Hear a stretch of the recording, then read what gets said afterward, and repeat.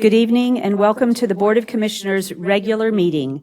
Today is Wednesday, June the 10th, 2026, and it is 6 p.m. City Attorney, would you please lead us in the invocation and Pledge of Allegiance? Yes. Our Heavenly Father, we come to you today asking for your divine guidance, wisdom, and support as we begin this meeting. Help us to engage in meaningful discussion, allow us to grow closer as a group, and nurture the bonds of this community. Fill us with your grace as we make decisions that might affect the residents of the city of Madeira Beach, and continue to remind us that all that we do here today, all that we accomplish is for the betterment of this city. In this we pray. Amen. I pledge allegiance to the flag of the United States of America and to the republic for which it stands, one nation, under God, indivisible, with liberty and justice for all.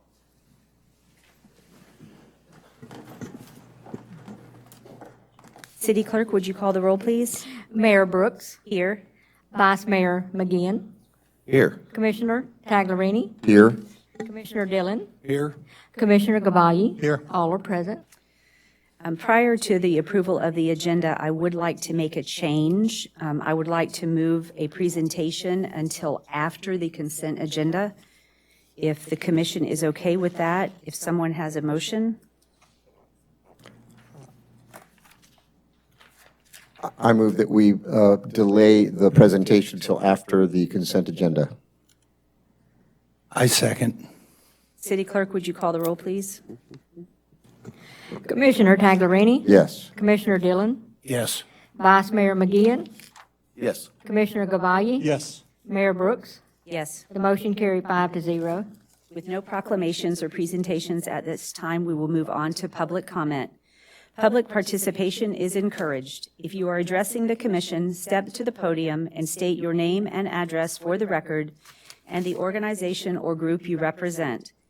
Please limit your comments to 5 minutes and do not include any topic on the agenda. Public comment on agenda items will be allowed when they come up. If you would like someone at the city to follow up on a comment or question made at the meeting, you may fill out a comment card with contact information and give it to the city manager. Comment cards are available at the back table in the commission chambers. Completing a comment card is not mandatory. For any quasi-judicial public hearings that might be on the agenda, an affected person may become a party to a quasi-judicial proceeding and can be entitled to present evidence at the hearing, including the sworn testimony of witnesses and relevant exhibits and other documentary evidence, and to cross-examine all witnesses by filing a notice of intent to be a party with the Community Development Director not less than 5 days prior to the hearing. Do we have any public comment?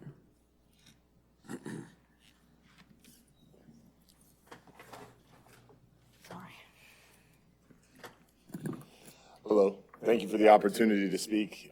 Captain Dylan Hubbard from Hubbard's Marina, and also speaking as to the Johns Pass Business Association, renewing our Johns Pass communication among the businesses and all things Johns Pass.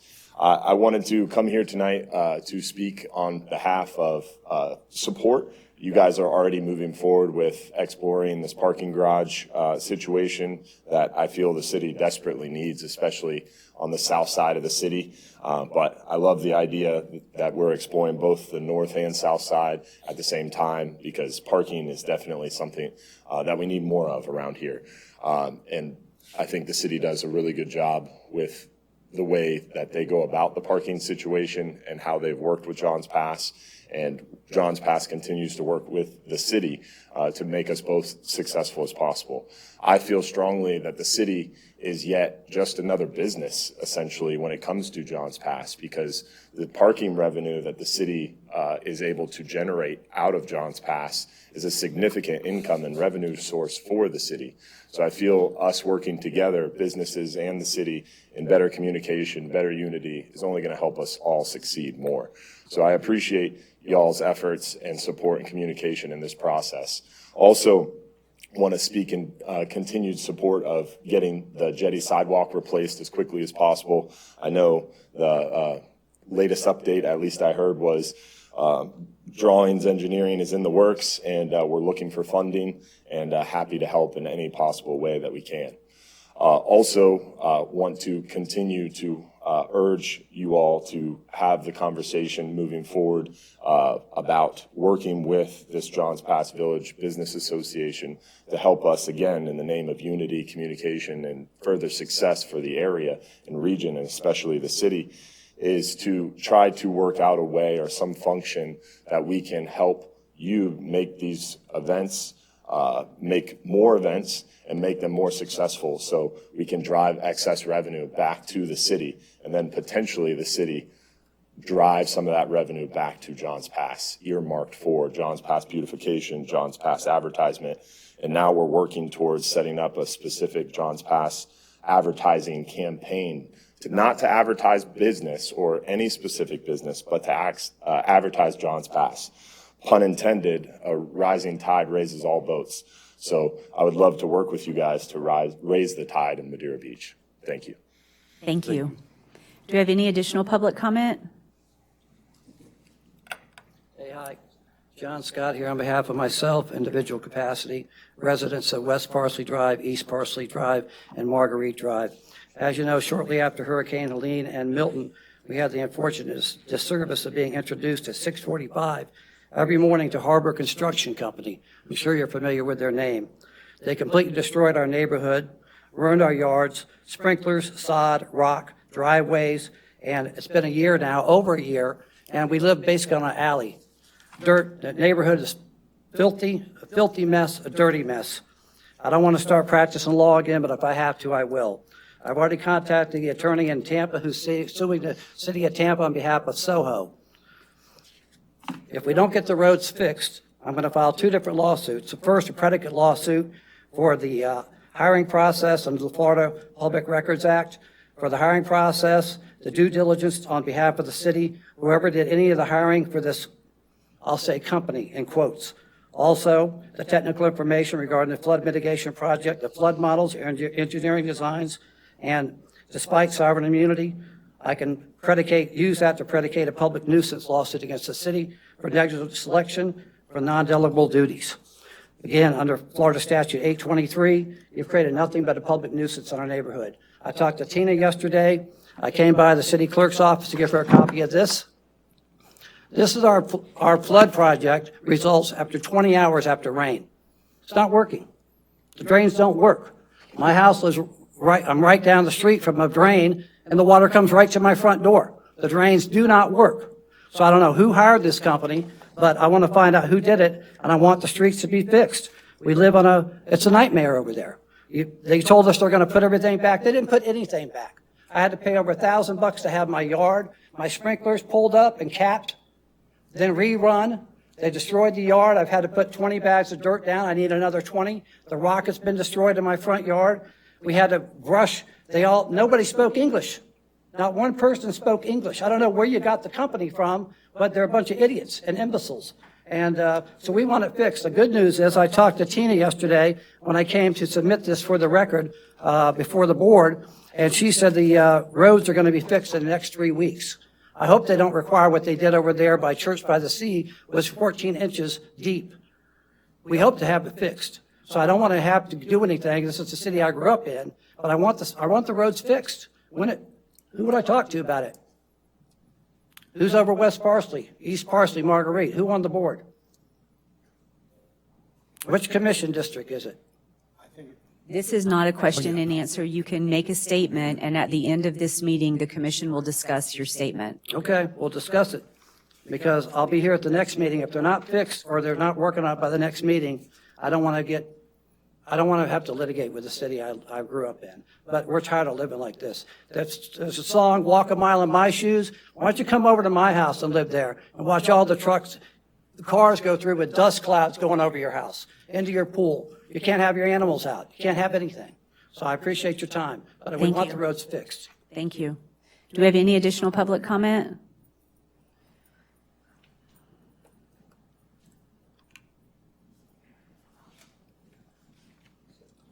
Hi, Robert Stallman, 14109 West Parsley. along with what John said, the neighborhood is destroyed, you know, not as much as it was with Hurricane Helene, but I'm also fed up with this, that I can't keep my house clean, I can't keep my cars clean, I can't keep anything clean. I did print out some pictures because we now have lawns growing in the street all over the whole neighborhood. There is weeds, all kinds of stuff growing through the street, and it is quite unfortunate what is going on in the neighborhood over there. We've all been through a lot, and I think you all know that as well. And we really just would like the streets and everything fixed in our neighborhood, please. So I'm going to hand you some pictures. You can hand to the city clerk, please.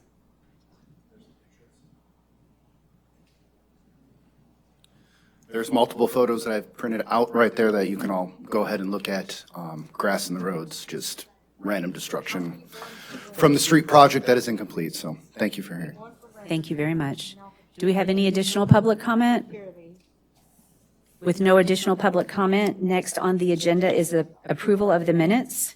If the board has had the opportunity to review the minutes and there are no changes, do we have a motion to approve them?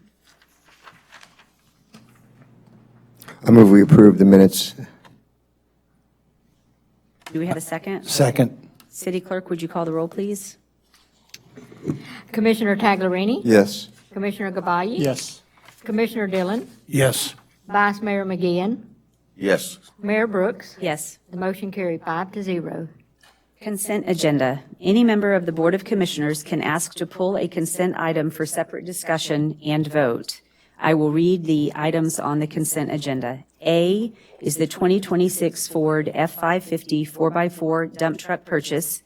B, amendment to Pinellas County interlocal agreement to share cost with FDEP for NPDES MS4 permit. C, hearing officers for post-grievance hearings. Do we have any comments on the consent agenda? If not, do we have a motion? I move that we pass the consent agenda as listed. Do we have a second? I second. City clerk, would you call the roll, please? Commissioner Taglerini? Yes. Commissioner Dillon? Yes. Vice Mayor McGinn? Yes. Commissioner Gabayé? Yes. Mayor Brooks? Yes. The motion carried 5-0. So I asked at the beginning of the meeting to move the presentation to this point. I would like to, if the commission has no issue, to move it to fall behind public hearings. Any issues? Then we will start with public hearings. Ordinance 2026-03, 555 150th Avenue, rezoning from PD Plan Development to C4 Marine Commercial, second reading and public hearing, and I will hand this to our city attorney. Thank you, Mayor. This is ordinance 2026-03. I'm going to read it by title only. Ordinance 2026-03, an ordinance of the City of Madeira Beach, Florida, rezoning real property located at 555 150th Avenue, parcel identification number 093115000001400100 from PD Plan Development to C4 Marine Commercial, providing for severability, providing for conflict, and providing for an effective date. That was the second and final reading of ordinance 2026-03 by title only. It does require a public hearing. I believe that you've had the presentation at the first reading and at the workshop. Do we have any public comment? Commission, do you have any comments or questions? If not, do we have a motion? Madam Mayor, I'd like to make a motion to pass ordinance 2026-03. Second. City clerk, would you call the roll, please? Commissioner Gabayé? Yes. Vice Mayor McGinn? Yes. Commissioner Dillon? Yes. Commissioner Taglerini? Yes. Mayor Brooks? Yes. The motion carried 5-0. Next on the agenda is ordinance 2026-06, vacation of right-of-way request, portion of Fisherman's Alley, first reading and public hearing, and I will hand this to the city attorney. Thank you, Mayor. Just to give the commission a little background, these next three items, B, C, and D, under agenda item number 10, although they're dealing with the same project, we're going to deal with them separately on the agenda. The first item is legislative in nature. The second is quasi-judicial in nature. And again, the third one is legislative for discussion purposes only. So I'm going to go ahead and read the first ordinance. This is ordinance 2026-06. It's an ordinance of the city, of the Board of Commissioners of the City of Madeira Beach, Florida, vacating the portion of Fisherman's Alley abutting lots 2 through 7 and lots 14 through 19 of Block 1 of Mitchell's Beach John Pass thereof, and providing for an effective date thereof. That was the reading of ordinance 2026-06 by title only. That's my understanding. Catherine is going to go ahead and give a presentation.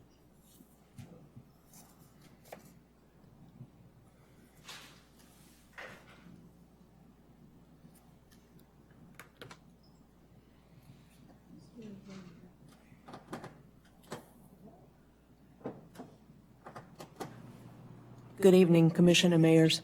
The applicant has 3 requests, which Tom alluded to. The first one we're going to address is the vacation of right-of-way.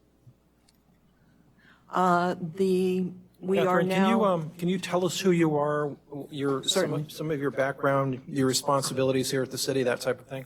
Sure. I'm Catherine Yonkin with the Community Development Department. I am a senior planner here at the City of Madeira Beach. As noted, we have been to a workshop on this item on May 27th. This is the first reading of the ordinance, and the following meeting will be on second reading and public hearing scheduled for July 8th. This project is located in Johns Pass Village between 129th Avenue and Boardwalk Place East in the block bounded by Village Boulevard and East End Lane. You can see these properties outlined in red here. This is the sketch of the vacation of right-of-way. The portion to be vacated is not the entire alley. It is this portion shown within the block. The applicant has notified the listed utility companies and either received a letter of no objection, a request for relocation, a request for payment or relocation, and is providing an easement to the respective utilities, which would be in effect during construction until all facilities are relocated. These are temporary easements and would be released once all utilities are removed. The vacation of right-of-way is supported by policies in the Madeira Beach Comprehensive Plan, the Fort Pinellas Countywide Plan, and the Madeira Beach Land Development Regulations.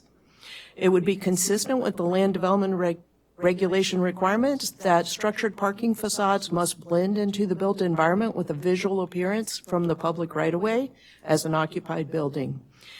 Vacating the alley allows parking garage access to be internal to the site of the proposed development and to be hidden from all abutting streets by retail and restaurant spaces on the lower floors and hotel rooms on the upper floors of the proposed mixed-use hotel development.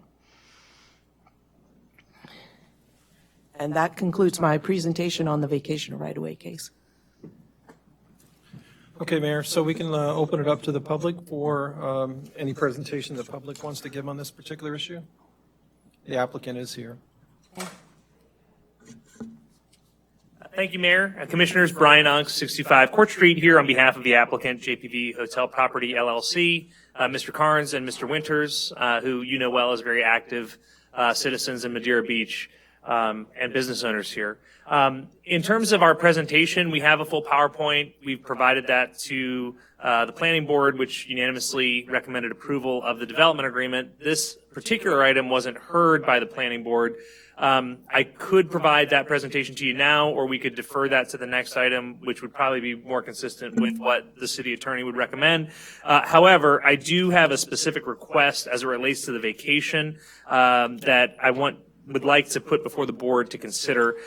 So pursuant to Land Development Code Section 112.95E, there is a privilege fee for a vacation of a right-of-way that requires the applicant to pay for an appraisal and then pay for fair market value for that vacation unless they are contributing a equal or more substantial public benefit in return for the vacation. And in this case, it is the applicant's position that we are doing so, thankfully doing so, to improve the project with the park or the open space and also the extension of Pelican Lane.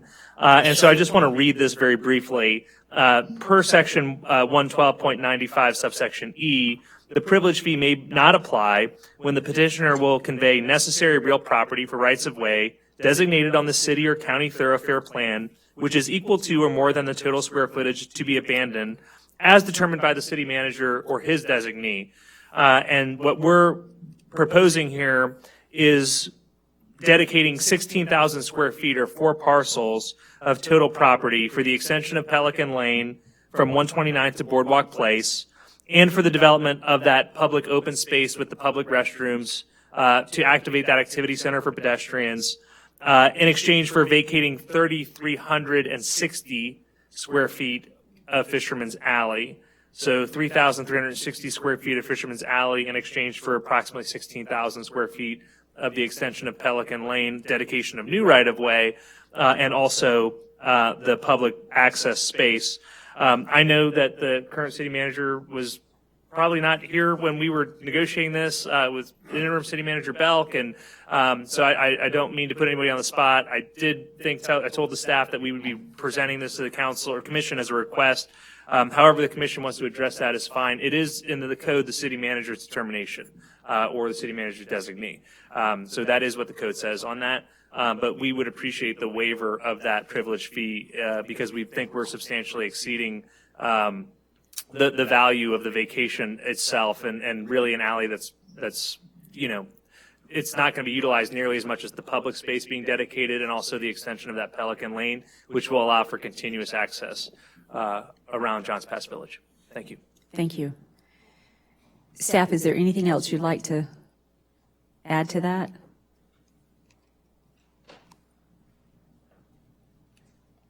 One of our concerns is that this citation in the code talks about convey real property for rights-of-way, and this property remains within the development and is not dedicated to the public. It has public easements over private property.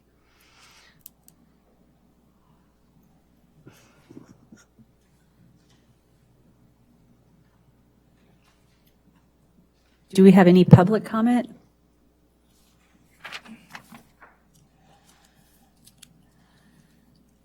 Hi, how are you guys? I'm Stephanie Berry. I own Woody's Water Sports right on Boardwalk Place East.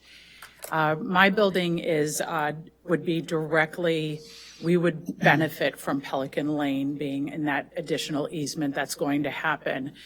I was trying to go through some of the math of how many customers we probably see in a year, and it is north of 30,000. They don't use Fisherman's Alley, I assure you. They don't come through that way. Pelican Lane, bringing that all the way through will be all that we need. Also with the Village Boulevard coming all the way around. And Fisherman's Alley, in my opinion, what I see sometimes is people are going the wrong way and trying to get in and out of a one-way street, and it just creates an issue. I think that will clean up that whole street area for everyone to really understand the right-of-way and which way, and keep a consistent flow all the way through. Thank you. Thank you.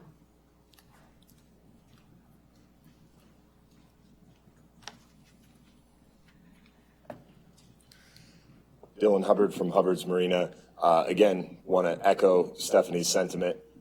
Fisherman's Alley, being involved with Don's Dock since October of 2022, spending a lot of time down there.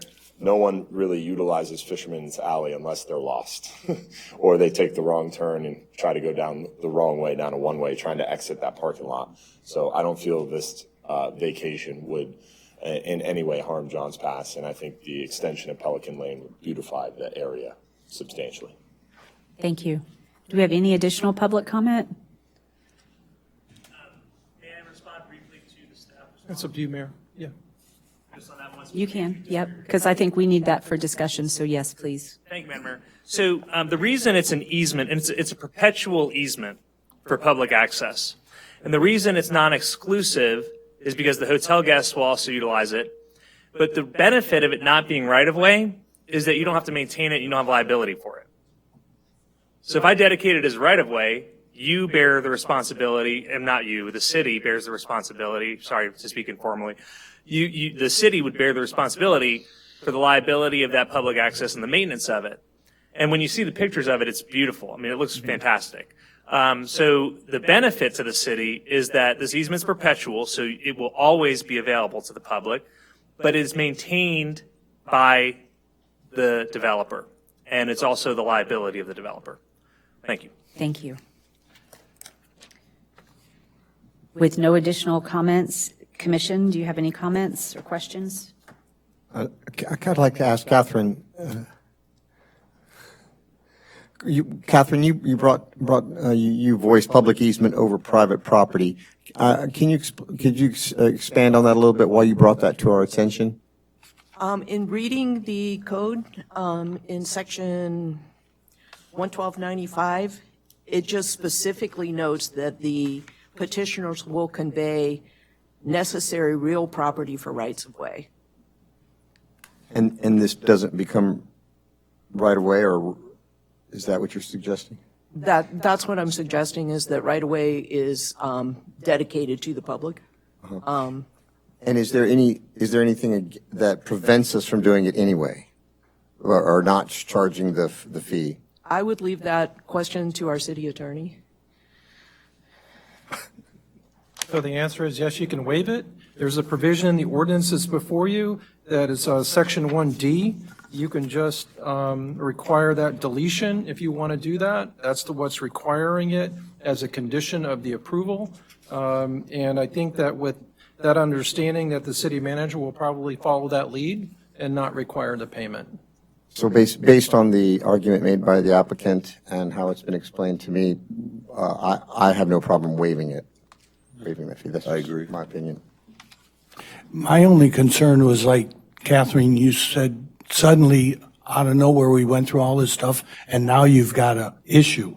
So, is it that you weren't really, I'm not sure where your position stood as far as, like, do you want to waive it? Are you not waiving it? And what are you recommending? What's the city's recommendation? Because I thought we went through all of this before, and hearing what their attorney says, it's a win-win for us. So as staff, we are not opposed to this.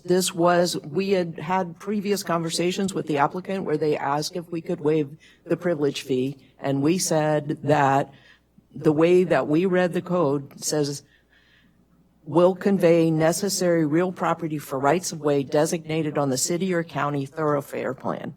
And so, in staff's opinion, we did not meet that threshold, and that's why that condition was suggested. So you're only kind of opposed to not waiving the fee?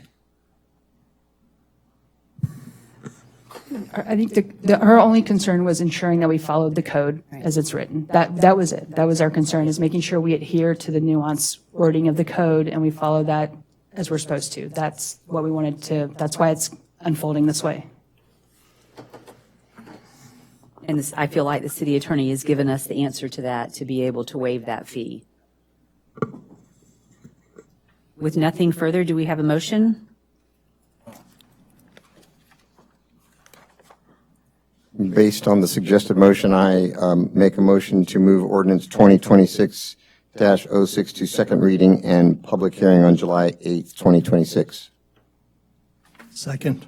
Should we add to waive that fee into that motion? So it would be a motion to approve with the deletion of subparagraph D, if that's your direction, yeah. Do I need to restate my motion? Your motion. I amend my motion to delete, sorry, could you say it again? Subparagraph D. Subparagraph D. In section 1. Section 1. Do we have a second? Second. City Clerk, would you call the roll, please? Commissioner Taglerini? Yes. Commissioner Gabayie? Yes. Commissioner Dillon? Yes. Vice Mayor McGinn? Yes. Mayor Brooks? Yes. The motion carried 5-0. Next on the agenda is ordinance 2026-05, Johns Pass Village Hotel Plan Development Rezoning, first reading and public hearing. I will hand this to the city attorney. Thank you, Mayor. Again, a reminder, this is a quasi-judicial hearing. I'm going to go ahead and read this ordinance by title only. This is ordinance 2026-05, an ordinance of the city of Madeira Beach, Florida, rezoning a certain real property generally described as 214 Boardwalk Place East, 210 Boardwalk Place East, 206 Boardwalk Place East, 204 Boardwalk Place East. Boardwalk Place East, there's two parcels. 146 Boardwalk Place East, 129th Avenue East, 5 parcels, consisting of approximately 1.457 acres from Johns Pass Village Activity Center, C1, to Planned Development, PD District, providing for reading by title only and providing for an effective date thereof. That was the first reading of ordinance 2026-05 by title only. I will tell you that your charter currently requires a supermajority vote on this pursuant to section 4.5C, so at least 4 of you need to vote in favor of this to move it along. I want to go ahead and remind you that it being a quasi-judicial hearing, the affected parties have an opportunity to provide the city with a notices of intent to become an effective party. The city has received one, and that's from Fish Runner LLC and Susan Zerneski. I hope I pronounced that correctly. So is that person here? Okay, that person's not here. So we'll just kind of set that aside with no affected parties other than the applicant. I'm going to go ahead and I'm going to read the quasi-judicial procedures that we're going to use today. This is a quasi-judicial proceeding where the Board of Commissioners acts in a quasi-judicial rather than a legislative capacity. At this hearing, it is not the board's function to make law, but rather to apply law that has already been established. In this hearing, the board is required by law to make findings of fact based upon evidence presented at the hearing and apply those findings of fact to previously established criteria contained in the Code of Ordinances in order to make a legal decision regarding the application before it. The board may only consider evidence at this hearing that the law considers competent, substantial, and relevant to the issues. If the competent, substantial, and relevant evidence at this hearing demonstrates that the applicant has met the criteria established in the Code of Ordinances, then the board is required by law to find in favor of the applicant. By the same token, if the competent, substantial, and relevant evidence at the hearing demonstrates that the applicant has failed to meet the criteria established in the Code of Ordinances, then the board is required by law to find against the applicant. So with that being said, I need to ask, are there any ex parte communications that any one of the commission members wants to disclose or needs to disclose? All right. And do any of you have any conflicts of interest that you need to disclose? Saying no. All right. With that being said, then I need to go ahead and swear in anyone that's going to testify. So anyone that's going to testify at this hearing, if you could please stand up, raise your right hand. I'm going to swear you're under oath. You swear that the testimony you're about to give today is going to be the truth, the whole truth, and nothing but the truth? I do. Okay, thank you, everyone. All right, so we'll start off with a presentation by the city, then we'll hear from the applicant and then the public.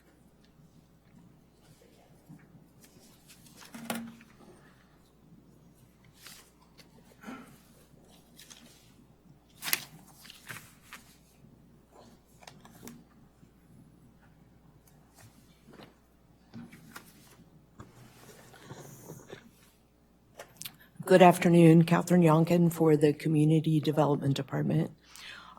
This is a rezoning to planned development, and the purpose... I'm going to interrupt you again. I need you to go through your qualifications, not just what your job is here today. What are your qualifications in moving forward and presenting this application? Thank you. I'm a senior planner here at the City of Madeira Beach and have been working in planning for over 10 years with local governments. Okay, thank you.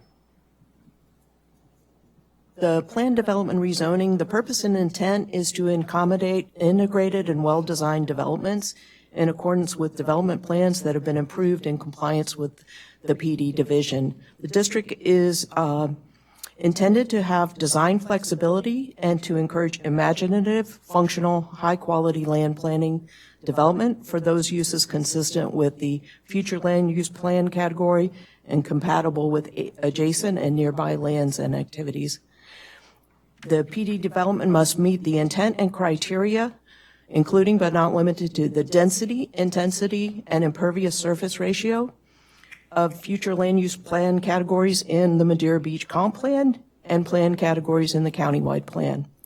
The development is consistent with the density, intensity, and impervious surface ratio of both the Comp Plan, the countywide plan, and the LDR section for the Johns Pass Activity Center zoning regulations.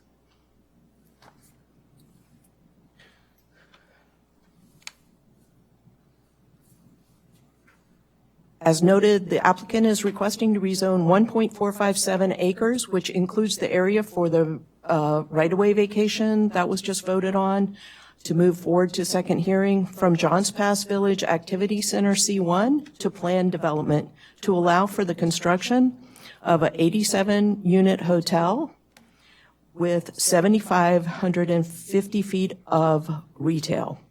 That includes a first-floor restaurant, a first-floor cafe, a sixth-floor restaurant, and an event space.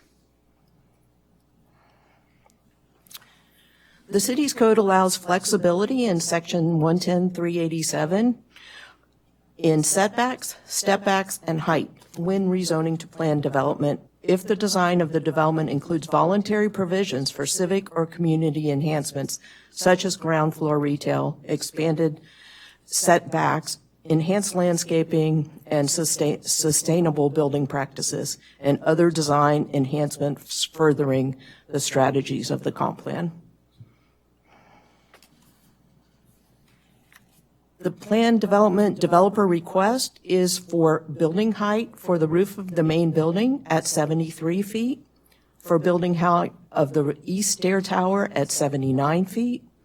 The number of stories is 5 stories over ground level commercial instead of 4 stories over ground level commercial. The front setback is asked to be 0 feet instead of 10 feet.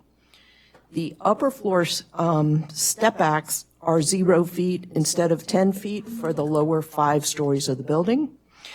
Balconies, awnings, and roof overhangs are to be located over the right-of-way with a maximum of a 6-foot encroachment beyond the property line on the north and south sides of the building. And encroachment into the visibility triangle, which is required to be 25 feet, and they are going to be at an encroachment of 10.7 feet at East End Lane and 129th Avenue East, and an encroachment of 2.6 feet at the intersection of East End Lane and Fisherman's Alley.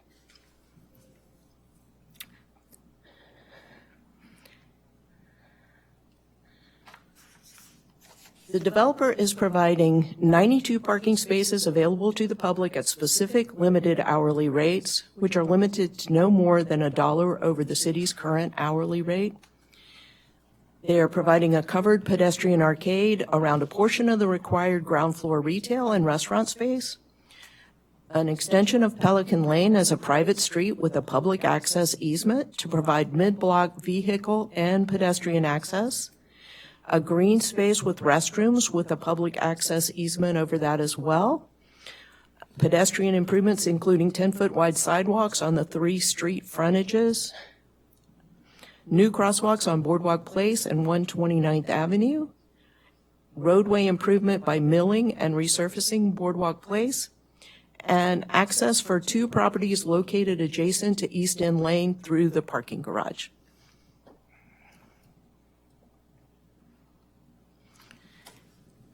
Analysis of the code shows that the developer is requesting setback, height, number of stories, and encroachments to what would be allowed in the underlying Johns Pass Village Activity Center zoning. All other aspects of the project, including the uses, the density, and the intensity, both the impervious surface ratio and the floor area ratio, meet the requirements of the underlying Johns Pass Village Activity Center zoning. The underlying C1 zoning would allow 60 units per acre of hotel, as does the PD rezoning.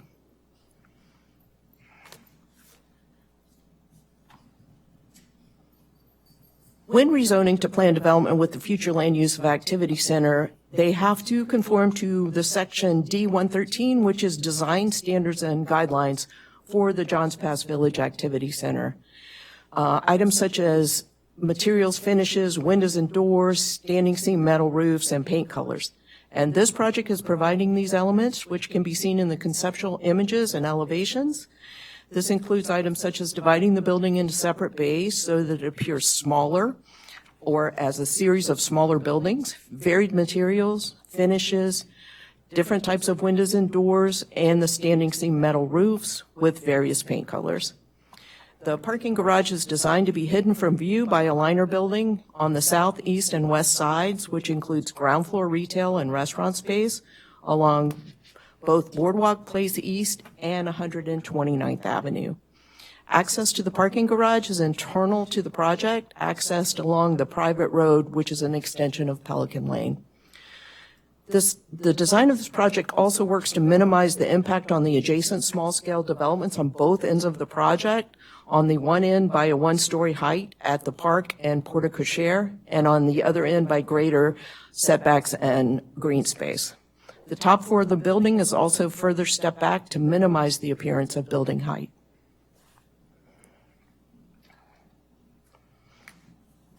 In looking at the density and intensity calculations, the proposed plans meet the density, the floor area ratio, and impervious surface area requirements.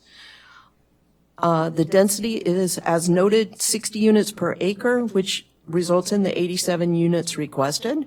The floor area ratio is an all-inclusive floor area ratio, allowing 126,968 square feet, which is the same as the amount proposed. The impervious surface area allows 53,961 square feet and is proposed to be at 53,278 square feet, slightly under. The proposed project meets the parking requirements of the C1 Johns Pass Activity Center. As you can see in the chart, which may be a little hard to read at this rate, there is proposed parking for the hotel of 175 spaces. There is parking available to the public of 92 spaces, with a total parking of 267 spaces, including your van accessible and handicap spaces.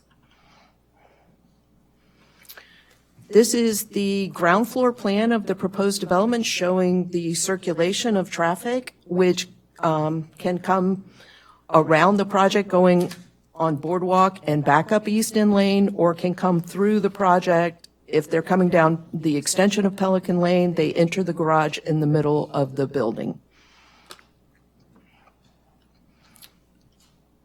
This is a rendering of what the building would look like from the northwest corner, showing the porte cochere. From the northwest corner, showing along Boardwalk Place and showing the park. And this is an aerial view of the building inset into Johns Pass Village. This is a close-up of the park showing the restroom building on the left and the small stage in the middle. This is the north elevation of the building, showing how the building is broken up into bays and calls out the different materials that would be used on the building. I will ask that the commission announce that the planned development rezoning would be going to a public hearing before the Board of Commissioners for the second reading and public hearing on July 8th, 2026 in these chambers. And that concludes my presentation. Thank you. The applicant is also here to answer any questions. Any questions of staff? I have one question. Catherine, how are you making sure that those 92 parking spaces will be dedicated to public? Will they be like metered versus unmetered? I think the key word is available. They're available to the public on a first come, first served basis, but the rates are controlled. They'll be metered though, right? All those parking spaces? That's an operational question for the building applicant. Thank you. Any other questions? I've got one. So has this changed at all since the presentations that we've had? No, the planned development rezoning is the same.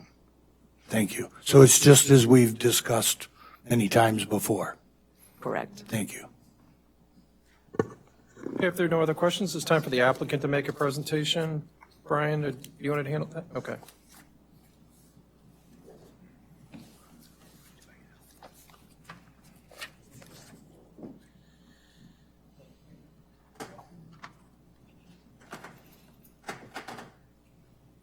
Thank you, Mayor, Commissioners. Brian Ungst, again, 625 Court Street, here on behalf of the applicant, JPV Hotel Property, LLC.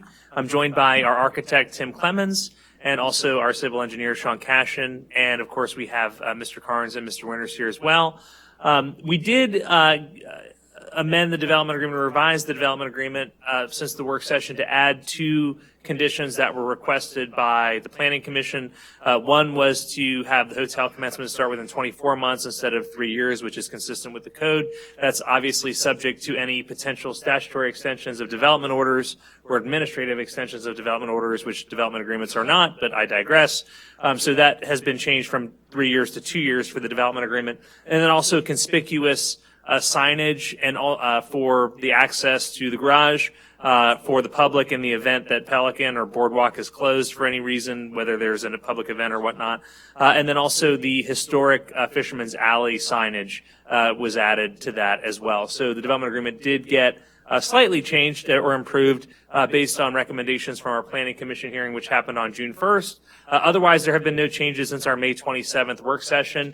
You're very familiar with the site. We'll try to be as concise as possible. Right now, the site is Zone C1, Johns Pass Activity Center, and we're looking to do a planned development. As you know, this project has been very thoughtfully and deliberately considered for many years. The city, the applicant, Ford Pinellas County working together to ensure the activation of a pedestrian-oriented development that will definitely benefit the public in many ways in that Johns Pass Village area. And this plan, again, is consistent, as the staff has determined, with that long-term vision. This wasn't something that just came in overnight. It was something that was organically, locally grown, and I think that's why you're seeing so much support for the project. This is an image of, again, the public open space and the public restroom area that will be activated for events, which we believe will allow Boardwalk Place to remain open for continuous access. But even if it's not, we will have the access through the garage for those very rare occasions. 92 parking spaces that are covered, available to the public, 2 on-street parking spaces that are being added, available to the public. The pedestrian arcade is being provided around a portion of the required ground floor retail, an extension of Pelican Lane, as we previously discussed, from 129th to Boardwalk, the green space with the restrooms, as you're seeing here, new crosswalks on Boardwalk Place and 129th, pedestrian improvements, including 10-foot wide sidewalks on the 3 street frontages. So again, as you pointed out, Commissioner, the 0-foot setback is kind of a misnomer because we have a minimum of 10-foot wide sidewalks around the entire site, and in some cases well in excess of that, including the pedestrian arcade. So that's a real technicality in terms of the 0-foot setback. It's not 0-foot setback, as we'll get into here in a moment. We also have the milling and resurfacing of Boardwalk Place and access for the 2 properties, Walt's Fish Shack and the private property on East End Lane, which, as we discussed at the work session, you can't access now anyway from Fisherman's Alley because that's a left turn only. It's a one-way street, and those properties are to the south of that.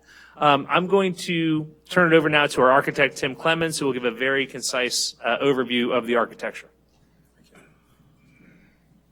Good evening, Madam Mayor and Commissioners. My name is Tim Clemens. I'm a principal with Place Architecture in St. Petersburg, and I've been a licensed architect in Florida since 1985. We work very closely with staff in developing this scheme. I'll tell you that your staff did a very good job, and the idea of the extension of Pelican Lane was, they suggested to us, as well as the public open space. From the design point of view, we looked very closely at the Madeira Beach zoning code, and more specifically at the recently implemented activity center, the Johns Pass Village Activity Center. And that's evidenced through the design that you're seeing. Again, what's the most striking part, perhaps, is even though it's a single building, it is designed to give a village-like concept with compatible architecture to the village, and very closely adhered to the design guidelines in your ordinances.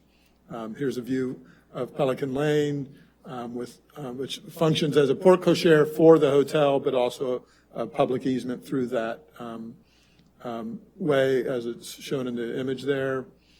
Again, you've seen a close-up of the space. One little detail to point out is there's the public restrooms on the left, the little building on the right side, right up next to the portion of Fisherman's Alley that's remaining open, is where the dumpsters that currently serve some of the restaurants on Boardwalk are located. We're enclosing those, so we're also beautifying and improving that condition. This is, again, across Boardwalk Lane. To reiterate a point Brian made, it's at the south side of the building. It's approximately 15 feet from the south edge of the building to the curb. So we have a minimum requirement of 10-foot sidewalks in this location. We're actually, because of the skew of the street a little bit, it varies between 14 to 16 feet at that location. Kind of an overall view. And here's a site plan that's cleaned up a little bit. Hope that's a little bit more legible of how the building and the streets and the open spaces and green spaces all work together. Turn it over to Sean. Yeah, thank you, Tim. So again, we added this slide from the work session because I felt like this was a really good visual of the public green space there along Boardwalk and east of Village Boulevard, and also the continuous access that you're going to be able to have. But I wanted to definitely demonstrate that that is where that public park is going to be. And our experts believe that the process or the practice of closing down Boardwalk in its entirety for the First Fridays or the public events may not be necessary anymore because of that space, because of that green space, and you may be able to keep Pelican Lane open continuously through that. But even if you can't, this next slide shows the access through the garage. So this slide is specifically designed to show the vehicular access, which is designed very deliberately, again, in consultation with your staff, in very close consultation with your staff, to ensure no disruption to any businesses or any resident. And again, I'll turn it over to Mr. Cashin now to go through that briefly. Sean Cashin, I am the civil engineer record for the project. This slide is very similar to the exhibit that Catherine presented, and it shows the vehicular traffic direction overlaid on the proposed plan. You have two-way traffic east and west on 129th, two-way north-south traffic on Village Boulevard. The key difference in the existing traffic is the western portion of Fisherman's Alley, which is not to be vacated. That will continue to head east and will connect into the Pelican Lane extension, which will head south onto Boardwalk Place, which again, that is in an eastward direction, up to East End Lane, which is a one-way north direction.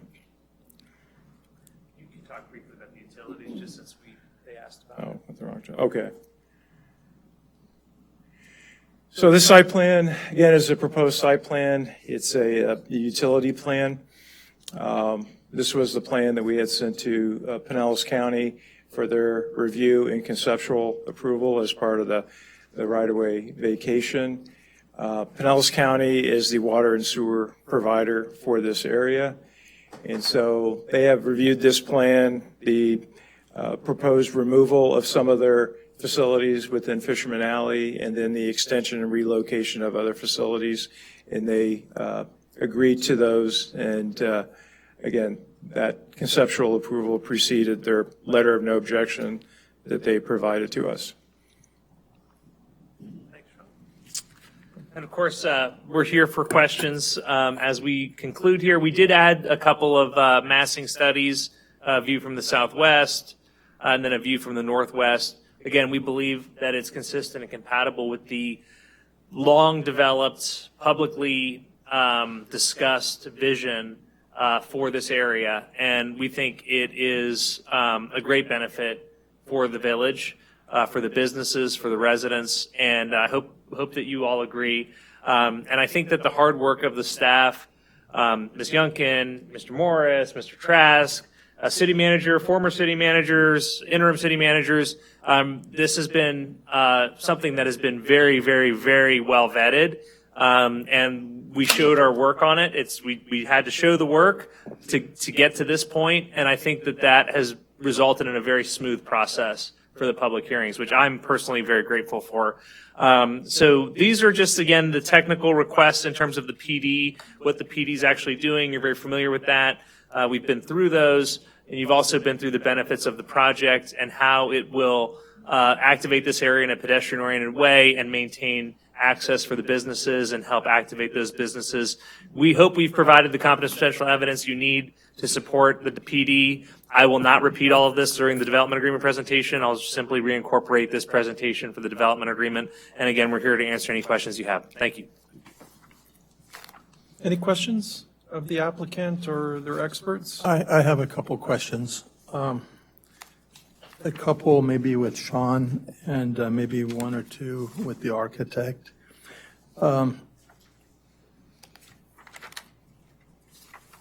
Sean, as far as the dump trucks, do you have enough space in the back where the trucks can actually maneuver and pick up the garbage and get out of there? Do you have enough space for the trucks to back out? Let's get that. Site plan. It's back. There you go. I think this one does it best. Okay, go ahead. Yeah, that shows it.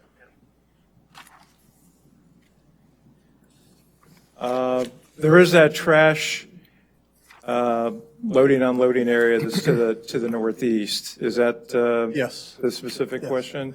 I think the site plan showed the other side of the alley or 129th, the other edge of the roadway. This one doesn't. But just wanted to make sure trucks can actually maneuver. So the main trash and loading areas at the northeast corner of the hotel. The trash itself is going to utilize what are called vertical mini compactors. Terminology, kind of common parlance is mini max. And these are normal sized dumpsters that are connected to a compactor so that you can just put a little bit more into a normal compactor. So these are not the 25-foot long, large compact containers that you might have seen in other projects. And what we find with those is that it reduces the amount of backup and delivery space required. So in more urban settings, really, with a tight grid, city grid, those are much more desirable and much more functional projects or trash delivery system. And then I mentioned the second and minor is at the northwest corner of the publicly accessible open space. There's a dumpster enclosure for 4 existing 2-ton rollout dumpsters. And that's the dumpsters that currently serve the restaurants on Boardwalk, at Boardwalk. All right. Another question, since I have you up here. As far as water floodproofing, the retail and restaurants at the ground floor, you have obviously, you'd be floodproofing that, and you also do buoyancy calculations. That's right. That's exactly right. The majority of the first floor of the building is the parking garage. That we can let the water flow through, but the retail spaces in the lobby will all be what we call dry flood-proofed areas. They basically, the walls will be built, and there'll be panel systems that can be put in front of the windows. I think on this side, I think it's approximately 7 feet high that were to cover the flood zone. When you do that, and when you have up to 6 or 7 feet of water up against the building, then you have to design the foundation system, the slab, and the walls to take the lateral forces, but also the buoyancy forces. You're exactly right. Okay.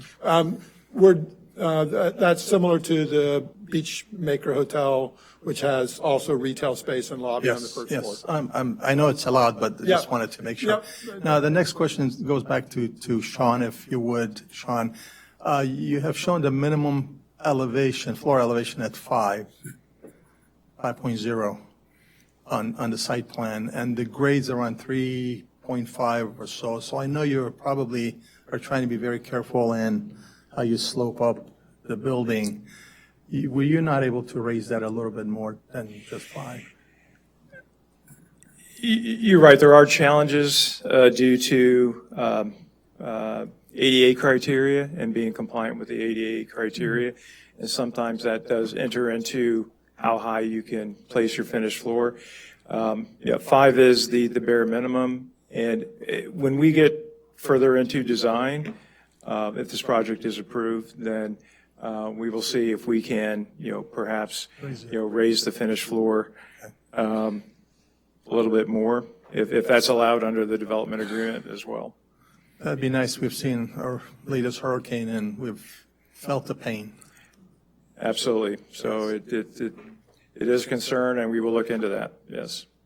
Now, the next one, the last question, is a height concern, and the height mostly, I guess this question may go to Chief Belk. Do we have, thank you, Sean. Can we accommodate with the trucks that we currently have? Okay, hang on.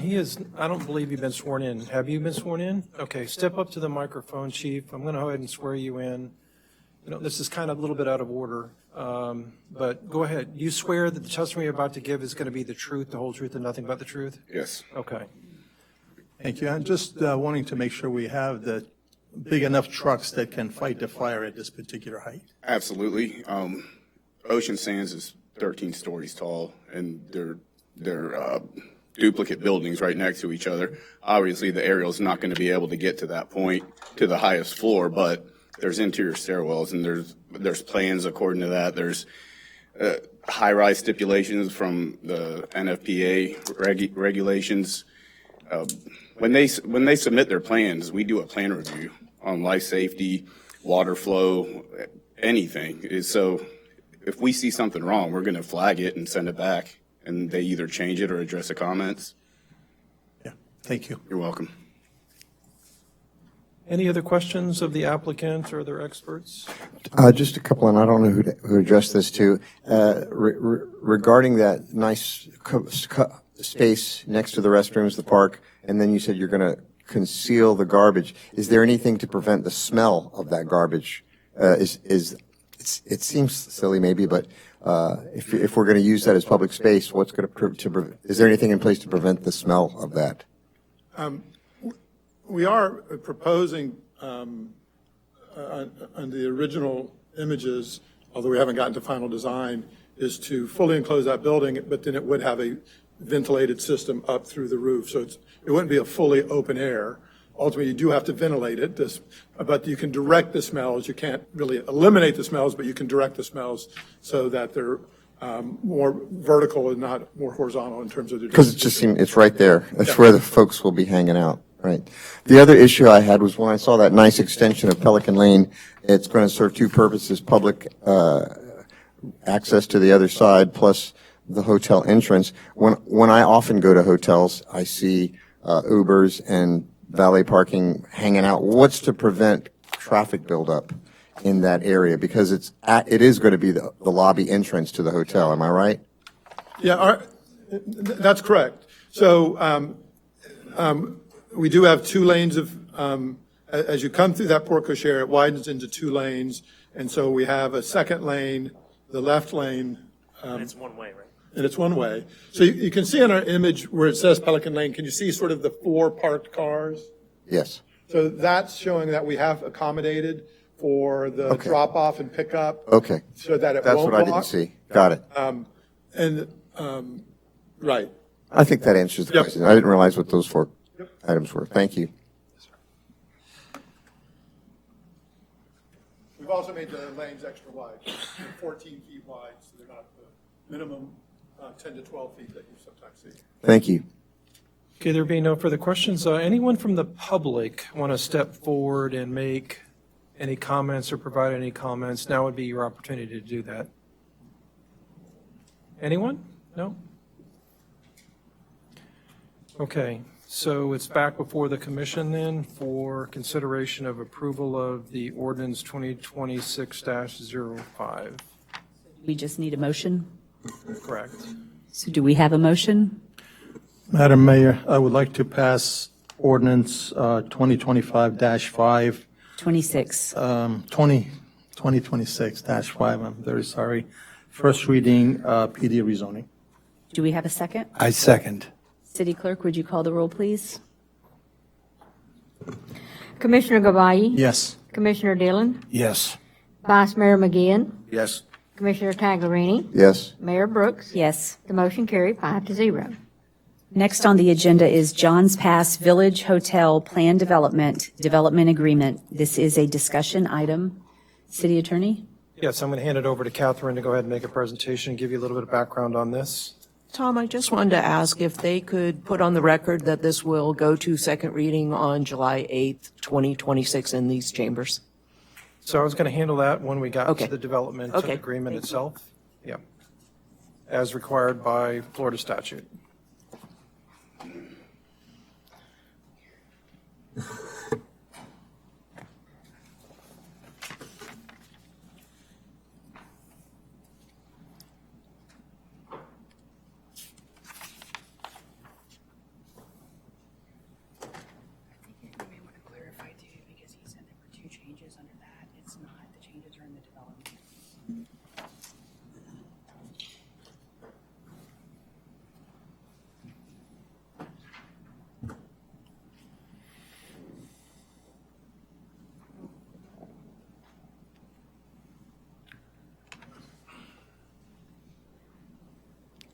We actually need to go to the DA presentation.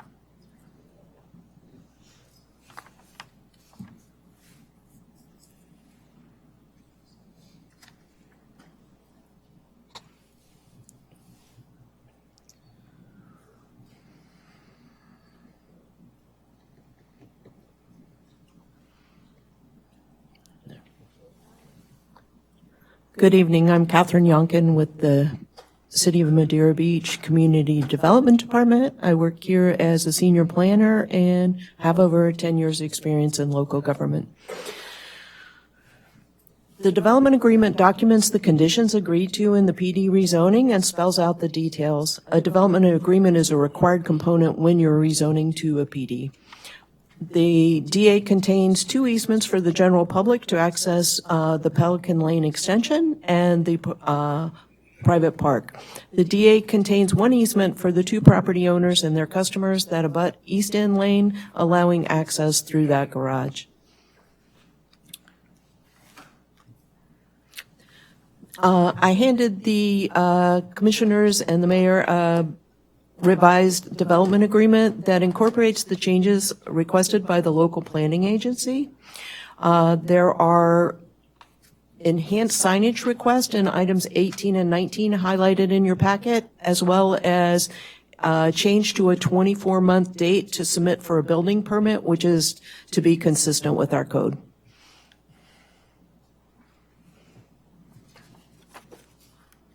The development agreement has 92 parking spaces available to the public at specific limited hourly rates of no more than $1 per hour over the current city rate. That's where that's documented, is within the development agreement, and contains an estimate of impact fees in Exhibit H. The final determination of those impact fees will be completed at the time of permitting when we know what the exact program is. And the DA requires the developer to file an application for a building permit within 2 years. This slide has not been updated to match what is correct. The applicant's requests for this development agreement are consistent with the city's comprehensive plan, the countywide plan, and the Johns Pass Village Activity Center design standards and guidelines. And that concludes my presentation. The applicant is also here to answer any questions, and so is staff. Thank you. Any questions of staff about the development agreement itself? I just have one. In the past, we've had development agreements that expired, and when they expired, there were provisions within it that went away. In this development agreement, the only thing that sticks out to me that is a item within the development agreement that could possibly go away under a change of ownership or various other things is the $1 an hour parking. How do we memorialize that so that when the development agreement goes away, it doesn't go away? I think it's through a resolution or a So it could either be done by a declaration. Declaration. Or we have, as part of the development agreement, a garage access agreement, the Fisherman's Alley Garage Access Agreement. We could probably modify the language of that access agreement to include not only address the dollar value of the hourly rate, but also how many spaces are going to be available to the public. So I can work with the applicant on updating that, unless we can do it in a separate agreement. My suggestion is do it in the garage access agreement, since we already have one going on. But that's how we would do it. So that would be my only want to come back to us when this returns. Other than that, I think that the development agreement has been worked out. City staff has worked with the developer for quite some time to get to this point, so I support it. Any questions of staff on the development agreement? Okay. If there not being any, it's applicant's opportunity to discuss it. Good evening again. Final time, Mayor, Commissioners, Brian Unk, 65 Court Street, on behalf of the applicant.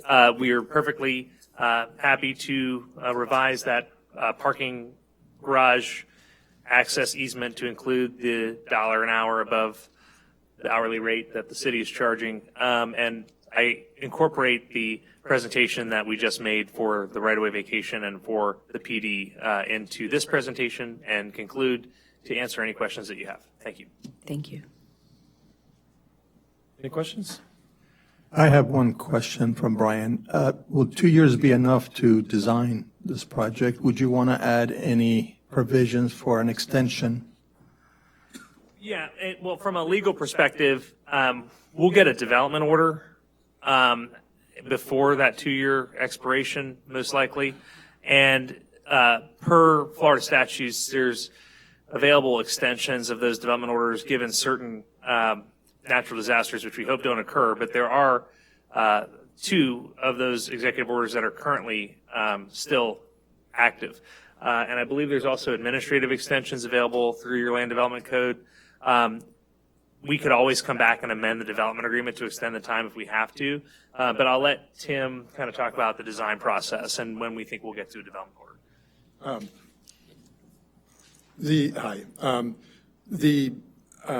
For a project like this, because we've actually had to do the amount of work we've already done, we're probably about 25% through the process, maybe 20% through the process. But in a normal situation, for the project of this size, and this is a good-sized project, it's about a 11 to 12-month process, so we feel comfortable with the 2 years. There are complications that can happen, of course, but and that's for us to apply for the permit. So, and then, the permits usually take a little bit of time, but yeah, we feel very comfortable. Thank you. Okay, if there are no other questions, just before we move on to the next agenda item, because there's no official vote that needs to be taken on this today, it's just for discussion purposes only, because you will approve it at the next upcoming meeting. But there's a requirement under Florida Statute 163.3225 that we announce the time, the place of where the second hearing will be on the development agreement. So I wanted to announce that there will be a second public hearing on July 8th, 2026 at 6 p.m. here in these commission chambers to address the development agreement and the PD ordinance. All right. Thank you, Mayor. Thank you. Then next on the agenda is we had a presentation to give, and we will do that at this time. I would like to ask Chief Belk to please come up front.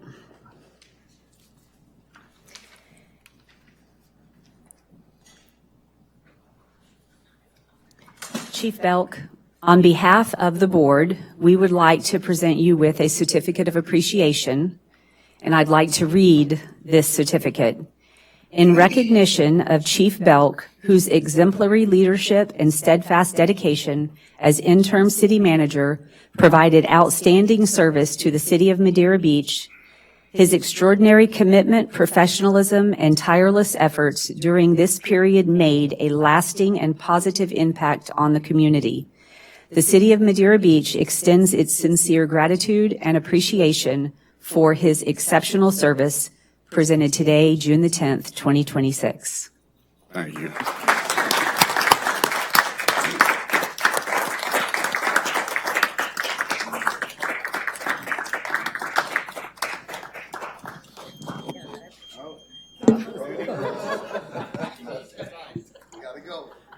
Ready?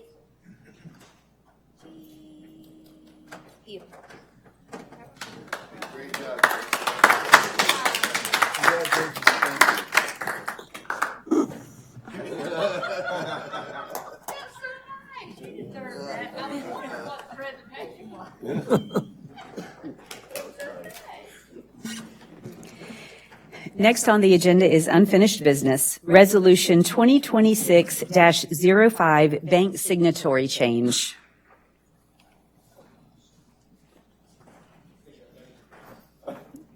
City Attorney?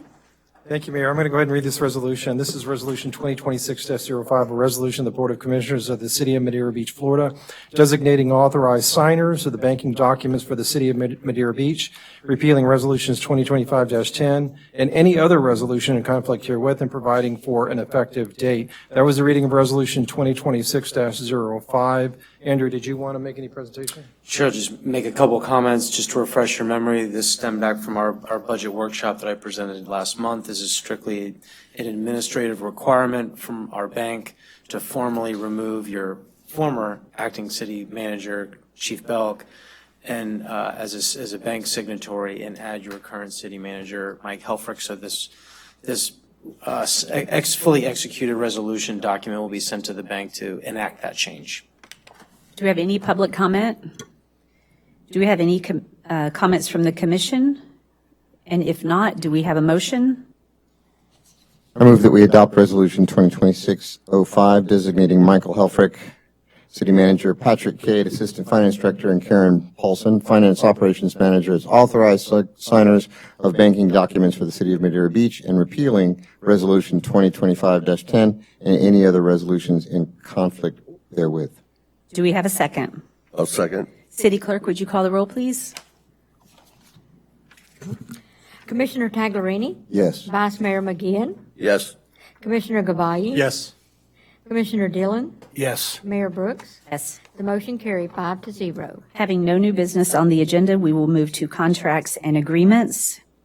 A, approval of piggyback of the City of Bel Air Bluffs, Duncan Drive roadway and stormwater improvements, contract for Area 5 in various locations, roadway and drainage improvements. And I believe Director Wepfer is going to take this. Good evening, Mayor and Commissioners. We talked about this in the previous workshop agenda.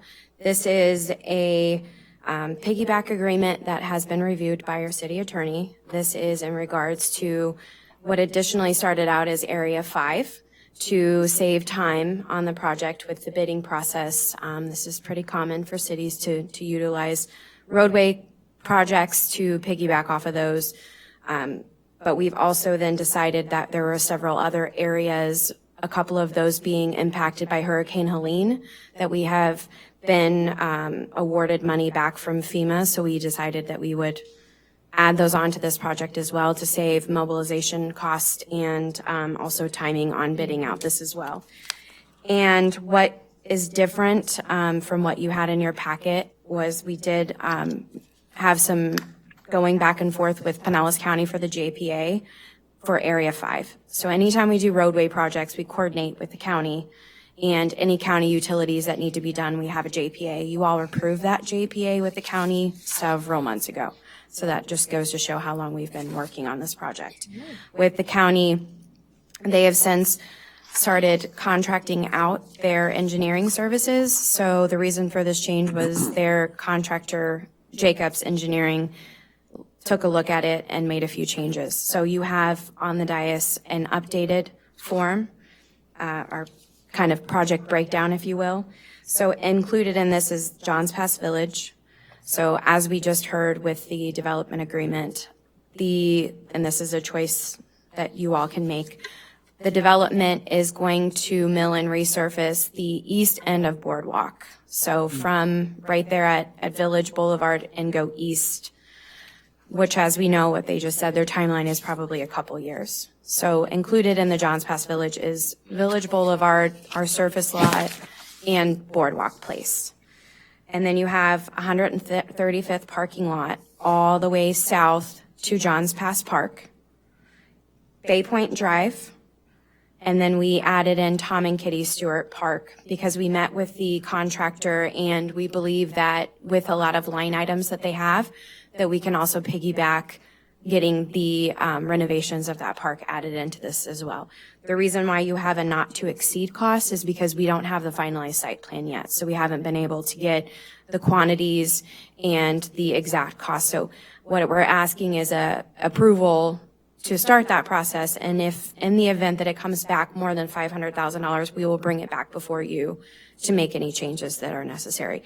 Talking to the contractor and seeing the preliminary site plan, we don't foresee that being an issue, but you never know. And then you have Area 5. Area 5 is 129th and 131st, and that includes the mill and resurface, new curbs, and new stormwater drainage, and some Pinellas County water utilities, which is the massive water main that goes in that area. And then you'll see on the bottom of that, I added in reimbursements. So you'll see that for the parking lots, that FEMA has already allocated $720,985.17. And then we have an estimate for Tom and Kitty Stewart Park of $491,598. And then the Pinellas County JPA Joint Participation Agreement is not to exceed $1.936. So I am here to answer any questions that you have. So do we have any public comment? I'll let if the commissioners have any questions or comments, go first. Okay. Just coincidentally, I had a chat with a resident in District 1 discussing the drainage issues on Boca Ciega Drive and Boca Ciega Avenue. It looks like this is going to address some of those issues. This is not for the Boca Ciega neighborhood. So that Boca Ciega neighborhood was constructed back in 2016, 2017. So I believe, I'm not exactly sure. It says 131st Avenue, 130th Avenue. Those are on the west side of Gulf Lane, the parking lots. So nothing on the east side. Nothing on the east side. Well, we had that discussion. I thought hopefully I was going to say, yes, we got it solved already. Guess not.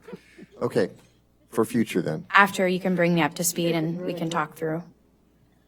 Thank you. You're welcome. If the commission has any questions or comments, please. Oh, I do. Sure. Okay, mobilization seemed to be quite high, and then especially maintenance of traffic. And like in terms of Bay Point, $65,000 to get out there to do the temporary. It's not, truthfully, they could do it with a drag box and a pickup truck and rollers. So that mobilization seems to be quite high, and maintenance of traffic, Unfortunately, when you piggyback these projects, it's based on that line item that they bid for that. We can try to negotiate that with whenever we do the milling and resurfacing, that we can try to coordinate where they're all done around the same time. So there's not separate mobilizations going to each location. Yeah, no, and that's where, I know mobilization is, and then traffic control at Johns Pass could be potentially a nightmare, and the village. Absolutely. Yeah. But but Bay Point, there's you got 20 residents that live down on that side. Thank you. Thank you. Commissioner Dennell, I'm on board with you as far as cost. It just absolutely out of whack. We could separate the traffic,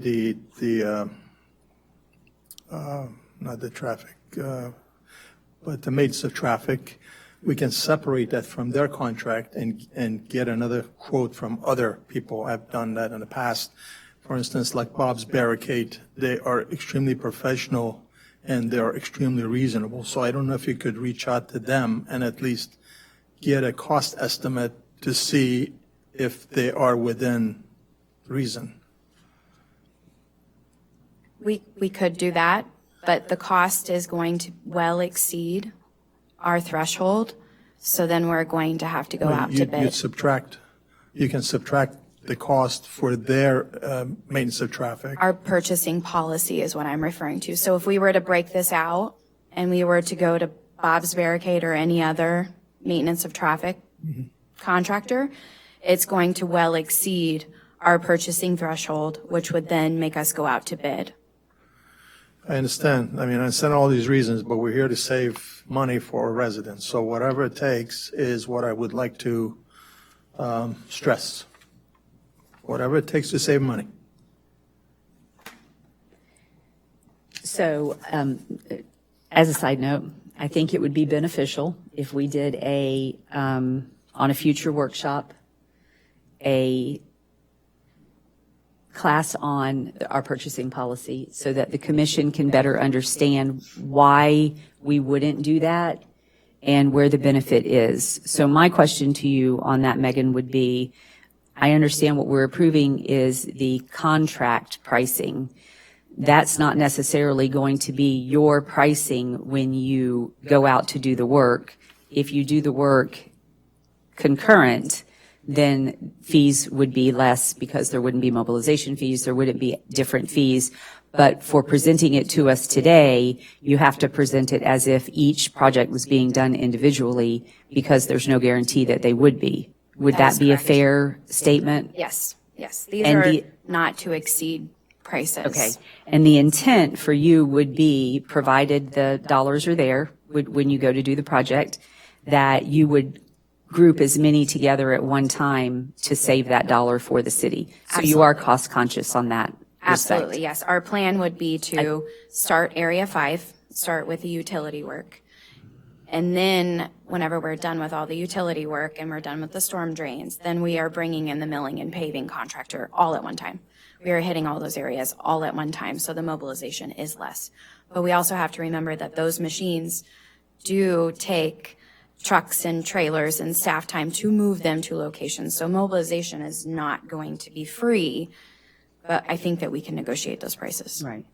I think that might answer some of the commissioners' Yes, questions. thank you. Yeah. Well, I've got a couple other than, and you got contingencies in there, which that's really, it's the what if happens. So we do have some backups in there, which is kind of fair amounts. And I mean, but like, I would like to see Bay Point done sooner rather than getting into Area 5, We can work on that, and that may drive that mobilization cost Right. to be around that same yes, price. And that, I could certainly understand that mobilization. Okay, so a separate one, hey, this one we got to do quickly, and a little bit of notice, but to get that done, I think is definitely a good thing. They are ready to go. So we have made sure that when we give them the notice to proceed, they already have a crew ready to start. And then I'm sure that they've already talked to their paving contractor. So we can definitely make sure that they know that's a priority. So then with that in mind, I'm going to go to the first person's conversations about how these poor people over in So Parsley. we're going to talk about that at the end because that's completely separate. So let's hold off on that and only talk about this because we need to vote on this specifically. Okay. Okay. Yes. With nothing further, do we have a motion?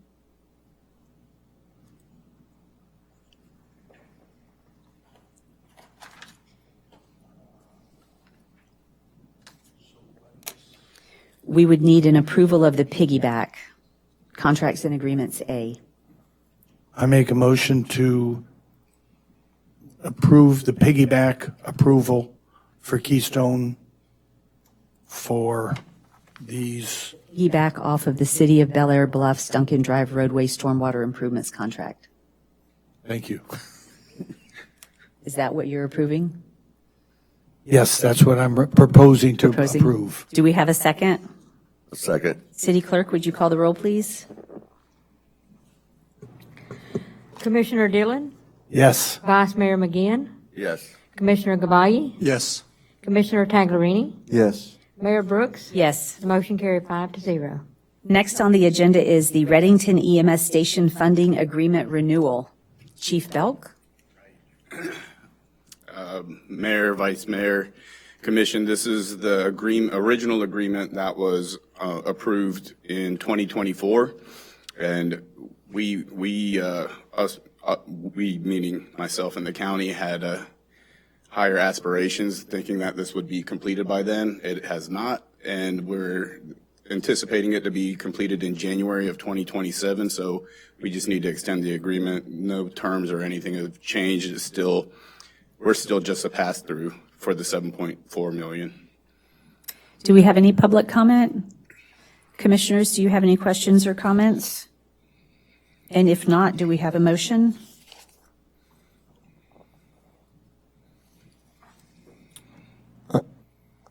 I move that the Reddington Beaches EMS Station Funding Agreement be approved for renewal to complete the construction of the Reddington Station. Do we have a second? I second that. City Clerk, would you call the roll, please? Commissioner Taglerini, Yes. Commissioner Dillon, Yes. Vice Mayor McGinn, Yes. Commissioner Gabai, Yes. Mayor Brooks. Yes. The motion carried 5-0. Thank you. And Thank you. I didn't get a chance. I was kind of taken aback by that award or that recognition. I just wanted to thank all of you. And when I said it and came up here and accepted that assignment, I said I love this city and I'll do anything I can for it. So I just want to thank everybody for the support and all the staff, and Mike coming in, feet already underneath him. I mean, it was a great transition. So thank you again. Thank you very much, Chief Belk. Thank you. Thank you. Next on the agenda is agenda setting. City Manager? Okay, so what we have on the next agenda is, hold on just a second. The chair of the Service Commission had put on he wanted to present an increase in the commission salary. The next one is Public Works, is an exhibit A1 on our DRC agreement, which is an interlocal agreement for debris and collection agreement. Community Development has some landscaping regulations, LDRs. Also, they have a non-conforming density and business tax, BTRs and LDRs. Another one for community development is the RFQ for land development regulations and code of ordinance. Community development will also be presenting limited use parking along Gulf Boulevard. From the city manager's office, we will definitely be presenting you with the holiday decor proposal with and without the solar options. If we get the piggyback for the Lee County for grant works is being reviewed, I believe we should have that back and be able to put that on the agenda also. And then community development will also have the resolution 2026-06, the moratorium on collection of mobility fee and Kimley Horn impact fee evaluation. So do we have any public comment? The only question that I would have for you on this is, do you feel that this agenda as set is an agenda that we can accomplish in a reasonable amount of time based on the number of line items that we have? My concern is that if the BTR LDR, I definitely want to talk about because we have specific properties, but if the LDRs and all of this information is going to take an extreme amount of time, we've discussed in making sure that we keep these meetings to a timely fashion so that staff is not overextended, since they do come in around 7 or 8 o'clock in the morning. And it is a very, very long day for them, not for us. but for them. And I just want to make sure that that's been thought about and talked about for staff, and that we don't overextend. I'd rather have a second meeting and than to keep us here until 9 o'clock at night, 10 o'clock, 11 o'clock. So, yeah, so as we're kind of, when we set these in the Excel sheet, we kind of continue to bump them down as priorities drive that. So right now, I would foresee this shifting and becoming less. So I'm going to get with the team about priorities and maybe more time boxing on some stuff just to get it out there for discussion. But we're definitely very cognizant of that. Some of it's just helping us keep track of stuff and letting people know it's still on our radar. Yep. I also would like to say that, I think that the commission could do an extra workshop if we needed to be able to keep it in a shorter time frame so that everybody is present for the meeting mentally. And you know what? We've had this discussion, As a reminder, so everybody there's a budget knows. meeting before that. Well, correct. So that is correct. On this particular day, we're going to come in at 2 o'clock, and we're going to have a budget meeting, and then at 4 o'clock, we're going to start this meeting. So it will be a long day for staff that will have to be here to present whatever they are for budget meeting, and then to roll right into a workshop meeting. But saying that, I just want to reiterate, we can do multiple we can do multiple workshops in a month to be able to accomplish what the community needs us to accomplish, to be able to understand where we're at. I don't want to overwork staff where they don't want to be here anymore. Marcy, do you have any suggestions on which one we would delay? I'd like to sit with the team, figure out how far we're along in various initiatives. We've had obviously a lot going on with the larger projects and stuff. So I can sit with them, assess where we're at and what we're really prepared to bring forward in a cohesive fashion. And I'm not, just for clarity, I'm not asking you to tell us today what they would take off or not. I'm just reiterating the support that we as a commission want to be mindful of staff's long hours and the expectation for them, so that we're not extending them beyond what is a reasonable amount of time to be here. That's all. Appreciate that. Did we kick a few things down the road? And I'm just trying to remember, I thought there were, and it was probably 2 months ago that we said, well, we're going to postpone it to the next one.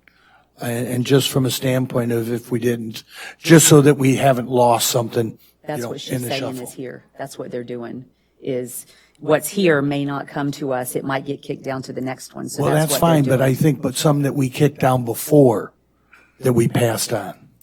Claire said something. These are part of them. These are the ones that we've already kicked down the road, and we're going to keep moving them down until we get them all in there. So these will come back to you. They're not getting off the list. They're just going to get bumped to the next week, or like the mayor suggested, that we may have another meeting.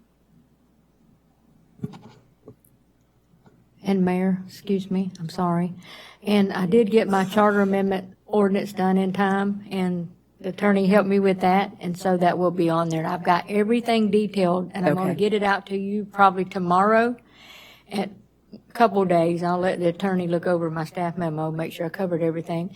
You'll have everything in advance, and that item should go fast, because I will need it to go on June, because I would need my first reading for July and the second reading for August for the ballot. Right. Okay. Thank you so much. Thank you. Anything further? Then we will move on to reports and correspondence, Board of Commissioners. I wanted to share one thing with all of you. Tampa Bay Regional Planning Council is doing it was Project Phoenix, and staff attended. Marcy was able to attend. It was a hurricane prep and recovery workshop. And when I was at the meeting this week, they played a couple of the videos and walked through. I wasn't able to attend when they did the meeting, but they did play some of the videos, and one of the videos was extraordinarily emotional.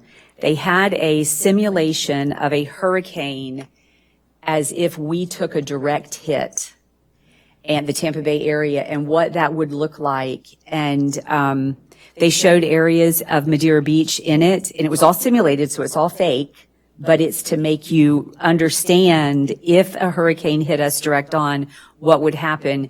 And when the video that I found to be very moving ended, the reporter was in Johns Pass and said, I'm in Madeira Beach at Johns Pass and I don't even know where I am. So it was really kind of neat. I think anytime that we can get additional understanding or education on the hurricanes and what all of the resources that are around us are working on. So if you'd like to they're going to do a Zoom on June the 26th from 12 to 1 o'clock, and it's Project Phoenix. I will get the link to the city manager so that he can share it with the commission. It's only an hour, so it won't be as long as what the class was that they had, but it was super interesting. And I also wanted to give an update on the Big C.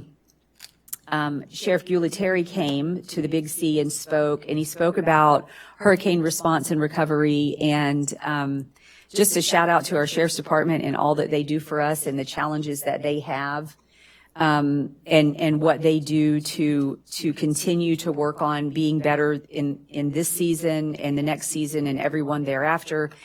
And we did have Brian Lowack from the Visit St. Pete Clearwater came and did a presentation, and I've asked the city manager to get him on an agenda for us to come and do a presentation for what they do and what they can do to help enhance our events here in the city and what they do for all of the municipalities across our region. It was a very interesting presentation that he did. He talked about just where money comes from, and I think it'll be very informative. I think everyone will enjoy it. So I look forward to having him come and speak at an upcoming meeting to all of us.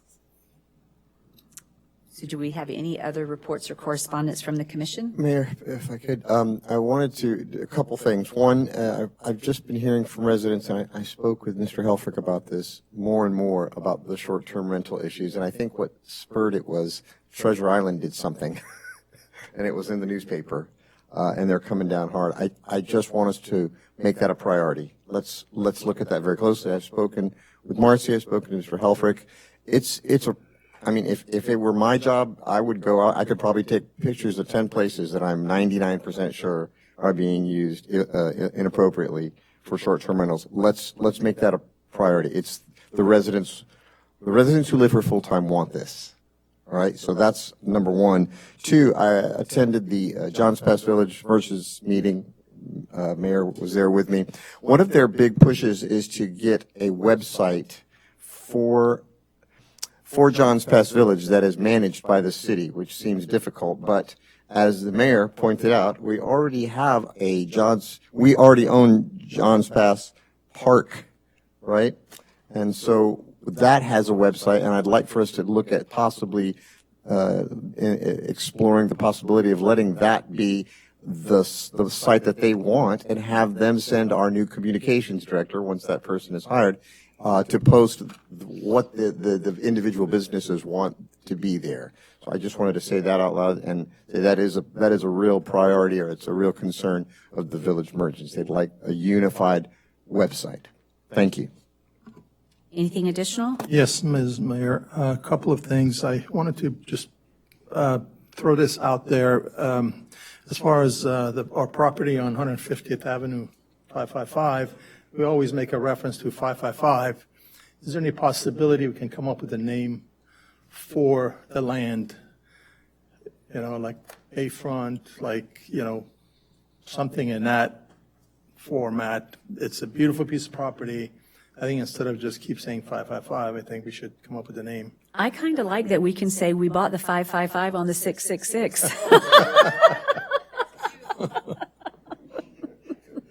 I was kind of kidding with you, Commissioner. I know, but actually that's a catchy name also. 555 on the 666. And then the other thing, this building is now, will be 10 years old in October, this new city hall. So I just didn't know if we wanted to make some sort of recognition, appreciation, whatever, to just make our town a little bit more out there as far as being recognized by public. So that's just a thought. And then I've also met with Clara, and I'm still working on that key to the city, so I should be bringing that.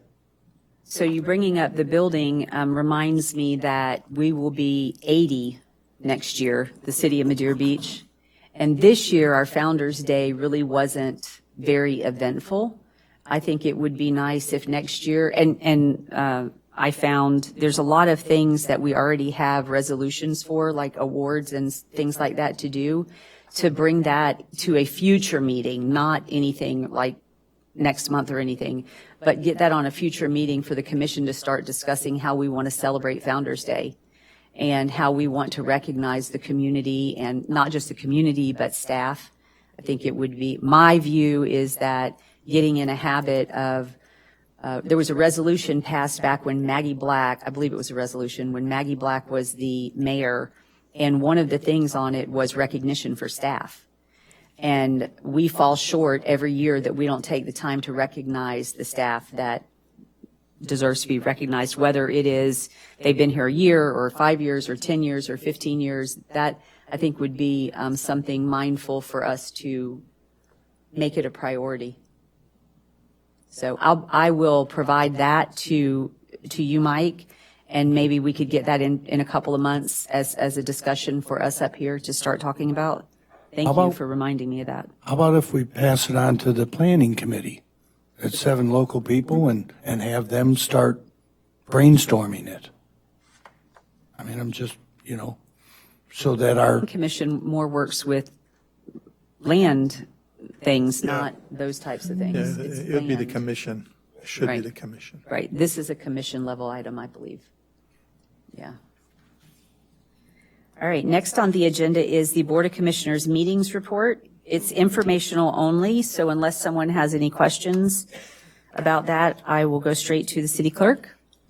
Just a reminder, I'll be gone for July 8th. That's important to know. Well, we're having a party on July 8th. You're going to miss it.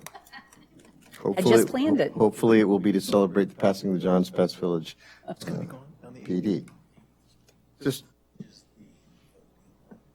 That is a critical hearing for the I brought that out in my face-to-face. I brought that out with the whole planning commission, and I said, and I made it very clear, we need to postpone. I thought we could postpone. It's a 4-4 requirement, and I've made this clear for months. Okay. So what we may want to do is to give the applicant the opportunity on July 8th to continue those hearings into another day. But we'll give them the opportunity to do It's that. my understanding Catherine did that. Yes, I spoke with him. Go ahead, Marcy. Yeah, once we were made aware of his calendar, I spoke with the city manager, and I informed the applicant as well. So the team was aware, and the applicant has chosen to move forward without any changes. We did give them All right. that notice. Okay, thank you. I was not aware, Commissioner. I think, Tom, I dropped the ball on that. I should have informed you of that. Oh, it's okay. I just want to make sure we're all on the same page. Yeah, thank you. City clerk?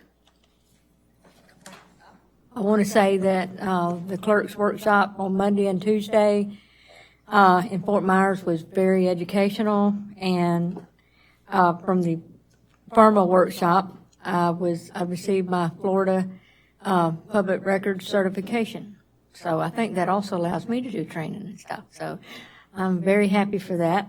And also, I detailed the ordinance for the charter amendment for moving the election from March to November, and I'm giving 2 options in that. If you want to put it on November, the ordinance is done. If you want to move it, just have the vote in March, the ordinance is done. So I'll have both of those on the agenda, and you'll get all the information this week to start reviewing, so you have plenty of time, and so we won't have to spend a whole lot of time on that item. Awesome. Thank you, Clara. City attorney? Just briefly, I think that each one of you received a letter from an attorney relative to Mrs. Allspaw's case. I want to let you know that the process has started. It is basically a mediation type process that is underway. There will be a Teams meeting tomorrow with the proposed mediator to discuss the process and timeframes and so forth. It's very preliminary, but that Teams meeting is tomorrow. I'll know a little bit more after that. My partner, Randy Moore, is actually handling the matter for the city. So I want to let you know that that's ongoing. I also wanted to let you know that I have gotten no update yet on the Clifford Smith case, which is what you had the executive session on, the shade meeting on. So I really don't want to discuss that. I just want to let you know that I don't have an update for you. I was hoping to have one, but I don't have one as of yet. So that's it. Thank you. Thank you. City I have a Manager? question Oh. for Tom. I think the request in that mail, or it was mail, to meet one-on-one No, sorry. from the Yeah, attorney. that's an absolute no. You know, they should not be meeting with you one-on-one. There is a process to follow. It's laid out in the statute, and it does not include one-on-one meetings. Thank you. Yeah. Thank you. Needed All to right. clarify that. but- Got it. I think a good rule of thumb is that when someone hires an attorney and they reach out to us, we don't do anything without our attorney telling us we can. Yes. That's just once they take that step, we then are no longer in a position to communicate. Isn't easy. I appreciate that. I can protect you a little bit better. Correct. Yeah. Okay. Thank you.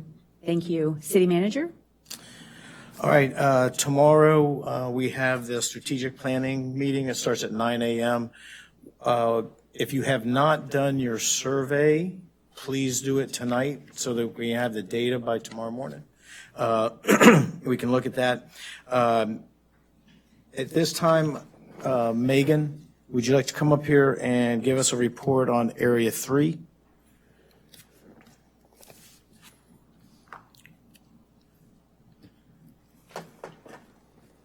Good afternoon again, Mayor and Commissioners. So as we are aware from our discussion last meeting, we were served with a summons by Harbor Contracting. Our attorney's office has since been handling a motion to dismiss. We are still working through the process. Harbor they have not abandoned the job. They are currently working towards replacing curbs that are not draining properly. We have also requested additional engineering services due to the curb being not constructed according to plan. So additional engineering requested by Harbor has started. We are waiting for that to come back, and from our understanding, they have secured a paving contractor. So the plan is, yes, to start paving within the next few weeks. We don't have a dead set date, so I don't want to put a date out. We do understand the frustration of the residents. I have diligently been sending emails to the contractor about the state of the project area, about NPDES, about the roads washing out, about the dust control. I will send another email. And that is all being documented. We've been in contact with their surety. I don't want to get in trouble for saying too much. So we have been in contact with their surety. They have been brought up to speed and have been copied on a lot of the correspondence that we have sent for probably the previous month and a half.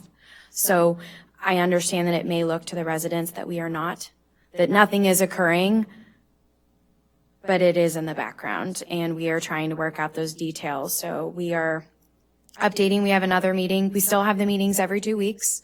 I have been able to get the FDOT grant extended yet again because that was set to expire yesterday, but I was able to get it extended for an additional, I think it was 90 days. And we know that we have a plan if Harbor is not going to be the contractor. We do have a plan, a backup plan. So I want you all to know that, but I can answer any questions you might have. I have one question. Do these contractors, are they bonded? Do Yes, they are bonded. And Okay, so- yes, we did our due diligence on this contractor. They were the most responsive, responsible vendor. So all of that was checked previous So to contracting with them. If their work doesn't pan out, you can always cash in the bond, can't you? That is correct. We have a performance bond on this project. Yeah, okay. Yes. Yeah, thank you. And they've also been contacted. The bonding company has been contacted. Thank you. Megan, not to jump ahead, but because we're on the subject and it will come up on our next thing on the agenda, the two residents that came tonight, have you spoken with either one of them ever? I have not. Okay. Honestly, I have not received many calls about the state. I'm in the neighborhood probably 2 and 3 times a week, going at a very slow pace with my lights on, with my windows down. So I do talk to a lot of residents out there. But, I mean, no, we really haven't had many complaints. Okay, well, hopefully they're watching this now and they'll see the update that you just gave in regards to that project. I hope Thank you. so. Thank you. Mayor, but what are we going to do to fix it, to help? So we as a commission are not going to do anything. Megan is, and Megan is working with the attorney and the city attorney, and they will do what is legal and just, and that is our role. We don't manage her. So, and she has been, I mean, I've had a lot of conversations with Megan outside of the meetings in regards to that project, just because it's been a challenge with the contractor. And so, I mean, I feel confident in sitting here and saying staff has been working alongside the attorney to do and to resolve. But unfortunately, when you enter into a contract, there are steps that you have to go through. You can't just say, I don't like your work, you're fired, we're going to go hire somebody else and cash in your surety bond. It doesn't work that way. It would be nice if it did, but even though they've failed to meet the expectations, there are still a lot of steps that have to be done legally to be able to get to the point of, if it ends up, someone else has to complete the work. And they've been doing that, and they've been documenting it, so. And we are charging them $1,000 Yeah, a day for liquidated damages. So their contract was set to expire on April 13th. So since April 14th,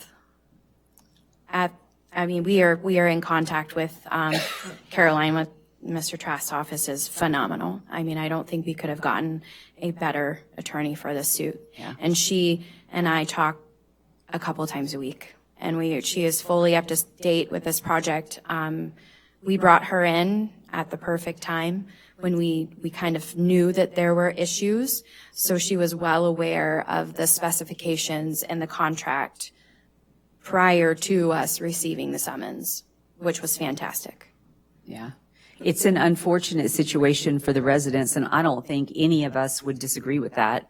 Absolutely But it's not. a situation that we're bound to follow the law, and that's what they're doing. So hopefully it will resolve itself sooner than later. I believe we're on the right track. Yeah.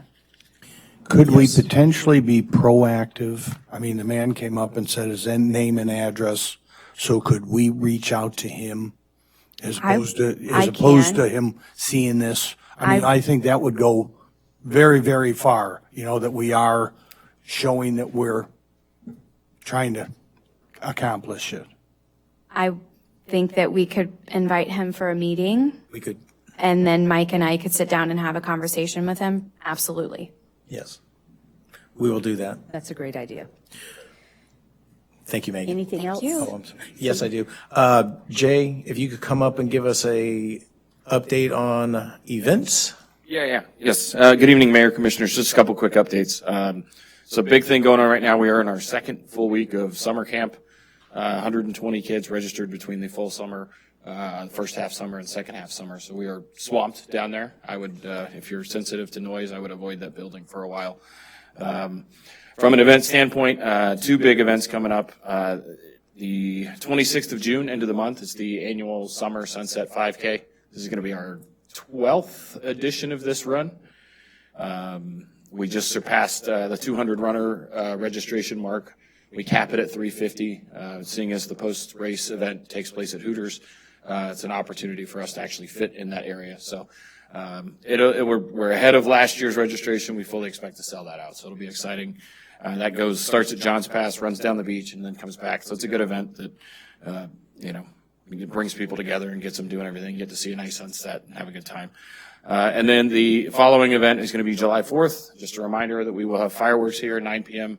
Off of a barge.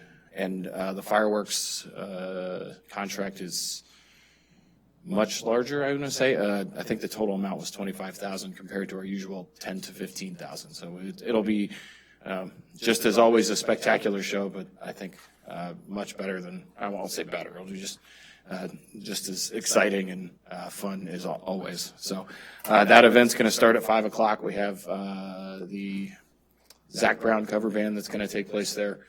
Food trucks, we'll have activities for everybody to do, and then fireworks at 9. So those are the two big things coming up. Wanted to make sure you guys were in the loop, and then hope to see you all there at both of those and join us and come have some fun. So Thank you, Jay. We have one more, last but not the least. Jamal, could you come up here, please? We want to do, Jamal wants to give you an update on some of his initiatives with the body cam, and also I think you're going to talk about how we are enforcing, correct? Yes. Okay. Hello, I'm the parking manager for the city of Madeira Beach. Jamal, Mayor, Commission, Vice Mayor. So operations are pretty standard. As far as implementing body cameras, it's a pretty new endeavor.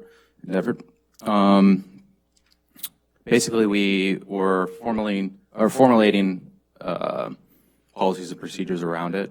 We're having some connectivity issues as far as working with the company Axon, and then working with Tom on trying to get formal policies and procedures. But we're open for input as far as how you guys want to operate if implemented. And I can answer any questions as far as how that would most likely go if you have any questions. But along with operations as well, it's pretty standard. We enforce the ordinances for our municipal parking lots. We do it Monday through Sunday, 7 a.m. to 9. We try to go extend a little later if we can during events. We help other departments as well. We do quite well.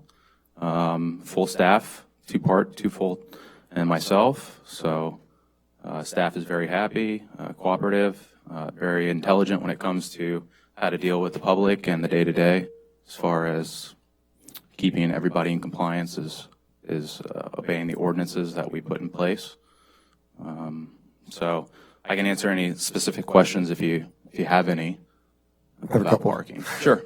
Do we have any options for residents if they absolutely can't figure out Park Mobile? Do we have a place where they could walk up and stick a card in? We've implemented 2 kiosks at Village. We have 2 of them in operations currently. We had 29 of them. I thought we had more. So hopefully we could purchase all at once, or... So we do have plans to increase that number? At least at our hotspots as far as Johns Pass Park, Archibald Beach Park, maybe 130th. I just had In the capital improvement plan, we had, I believe, requested 5 in 2027. I feel like that would be a benefit. There are people who just can't figure it out. Absolutely. And I think we should accommodate those as much as possible until generationally they don't exist anymore. But that's one thing. Second, I know you have regular routes for parking enforcement. Do any of those routes include our neighborhoods? We try to prioritize the neighborhoods at least twice per shift, as many as we can. As if we get calls, of course, we address it quickly, but we do implement it per officer per shift. So from 7 to 3, we implement it as many times as we can, given the time of day and how busy it is throughout the parking lots. And then I know well that you respond when I contact you. Absolutely. That's fantastic. Thank you. But I just want to emphasize that there's some hot spots in the neighborhoods as well that I'd like to see regular monitoring. That would help us a lot. One of the most important things that we do in the neighborhoods are to make sure it's safe. So we're going to definitely, if they're parked in the opposite direction of traffic, you're going to get a ticket. If you're parked too close to a stop sign or an intersection, you're going to get a ticket because it's hazardous for the drivers. Those are 2 of the most important tickets that we would give out. And also, if parking in a driveway and in front of a mailbox, those are also, those would be given tickets. I think he's been giving out a lot of warnings in some areas if they're not those safety ones. So warnings are being used as often as we see fit, but safety, we're going to give tickets out. Yeah, absolutely. And we try to prioritize as far as garbage, emergency personnel, trying to make sure there's a pass-through at all times. Thanks. And as I've mentioned to you before, like last holiday, Memorial Day, we had a lot of people on the beach. Oh, absolutely. And they just get into our streets, clog up our streets. They take their chances. And maybe that's a cue on holidays. Let's make sure we're out in the neighborhoods, seeing who's supposed to be there and who's not supposed to be there. Absolutely. I think parking enforcement does a great job. I certainly appreciate it. And we try to double up on events, and as far as having 2 officers and alongside trying to keep the rotation through the parking lots clean and quickly, as quick as we can get through. 1 officer, 14 zones, over 500 spaces. You're looking at, it's time consuming to try to get through every lot. So, absolutely. When you write a warning, if you go back into that same neighborhood and that same vehicle's there, when you scan their license plate, does it pull up easily for you that that vehicle has been issued a warning or tickets or what have you? Absolutely. Yeah. So one other question I wanted to ask is, it occurred to me, I was thinking the other day that when we first really started implementing parking, and enforcing it, because for many years, the city of Madeira Beach did not enforce parking. I remember a conversation at a meeting about how having the parking attendants walking in the village or walking wherever would be beneficial because you would be ambassador for the city. So, your office now is down at Johns Pass in the kiosk building, or in the little, I'll call it a kiosk building, it's small. Are you getting a lot of walk-up tourists or residents that are looking for information? We absolutely are. And I've installed a doorbell ring camera so people can click it, and then kind of 2-way communication if need be. And then, of course, if they knock on the door, it's very inviting, so it's not something anybody should be hesitant. Come on by, and I've talked to every business down at Village and communicated, given my business cards, and tell them any discrepancies, point them my way. My staff is usually there. I'm training one of my officers, my daytime officers, to help me try to administratively get through disputes and things like that, so people aren't hung up. We have a very quick response time. Someone disputes a violation, it's usually replied within 24 hours, or sometimes 8 hours. So how often do you feel like, or not feel like, how often are you having, or your staff having, interactions with the community that is confrontational? Do you see that as being something that has been escalated? How many of you had in the last 6 months in your department confrontational instances with a person? Verbal, a little bit more than, any type of physical is, they can't touch our equipment. That's what I consider physical, of course. And then personal boundaries, personal space. As far as verbally, it's more or less a quick verbal, I wouldn't say reply because the officer doesn't initiate it. So it's usually based off the ticket, the issuance of the ticket, and then sometimes communication goes back and forth. But I've had patrons communicate to me stating they've tried to find the officer, which they can't dispute in the field. Right. So any discord between the officer and the patron is it's non-existent in a way because the dispute needs to be properly filed. Okay, so let me clarify my question. Let me be a little bit more specific because you didn't answer it. Sorry. My question is, in the last 6 months to a year, let's say in the last year, have you had physical confrontations with residents or visitors between your your staff and them, that you've had a physical confrontation created by a visitor or resident? Not a physical one. Okay, just verbal. Yes.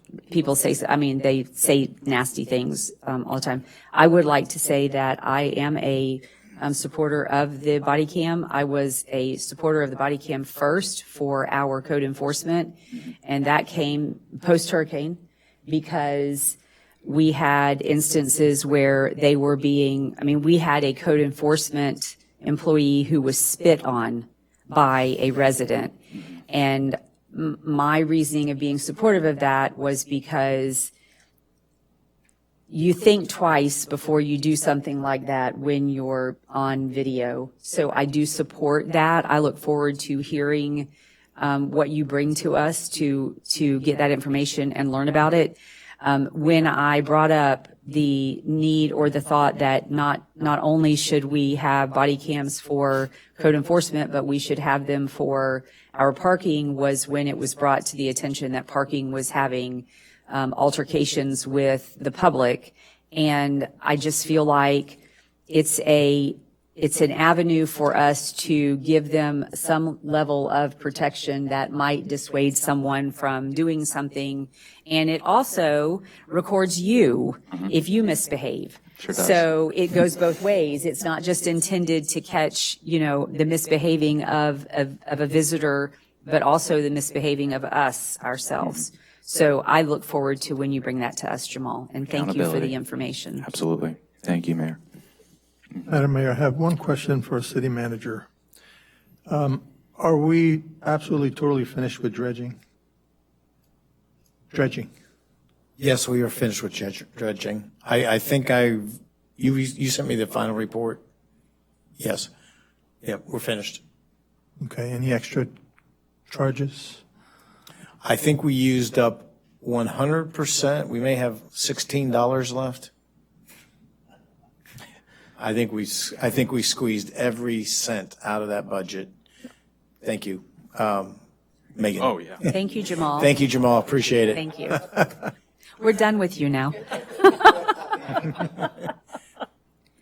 We did not have any additional costs over what you all had approved. We did, as Mike stated, use the contingency funds. And just an update on that, Public Works seeded that property today.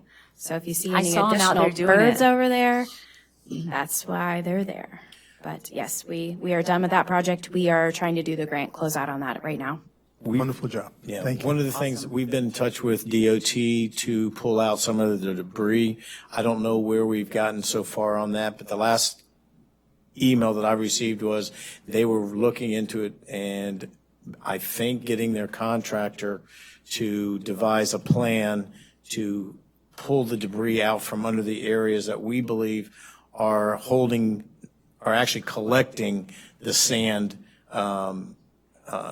and causing more sediments to settle than if it was open. That is correct. I think they just stated that they were trying to secure a contract and waiting for a proposal. So we will send an update to them as well and have them review the final report before we submit it to DEP. Did we receive an as-built? We did. We received a final as-built. It matched the approved plans? It did. Yeah, okay. With the exception of the debris that is within the dredge area. So that it didn't allow us to get to the depth in that area. I noticed there was a pipe sticking out of the ground. That is marking debris. So there's a lot of the old bridge debris that's down there that has massive rebar sticking out of it. So that one is marking a dangerous one. Thank you. You're welcome. Anything? That is all I have, unless you have any questions. I do not. So the next on the agenda is to reply to public comment, and I feel that we have addressed Mr. Scott and Robert. I did not catch his last name, and that's the city manager and Director Wepfer will reach out to them personally. And I just want to address Dylan Hubbard's comments where he came. The Johns Pass business meetings have been very informative. Commissioner Tagliarini's been attending, and he and I together have I fill in for him when he's not there and try to keep my mouth shut when he is. And to talk about, Dylan touched on the parking garage, support for the jetty and funding, and then supporting the events in the city through open communication. I think, or I believe that the meetings have really fostered that and will continue to. And then he talked about the advertising. I talked a little bit with the city manager about that. And I think that on a later workshop, once we get a communications manager and understanding where that line is that we can be, we'll be able to work that out for the betterment, not for the Johns Pass Village as a whole. So that reminds me of, we have started interviewing for the community communication manager. Has gone very well. I believe we have already interviewed 3, and we have 1 more interview to go. We had a lot of activity. The ones that didn't get interviewed just did not have the experience that we're requiring. And I'll come back at a later date and talk to you about the selection. The other one is the HR director. The search has started on that. We believe that we will start interviewing in a month and then selection in 6 weeks. And then it'll take 30 to 45 days for that person, if they're employed, to then give their notices and then be hired. And that's all I have. I'm sorry. Okay. Then it is 8:16. Tomorrow we have a workshop, right? Yes. At 9 o'clock. Yes. 9 to 4. 9 to 4, and some type of food will be served. Thank you. And it is 8:15. We're adjourned.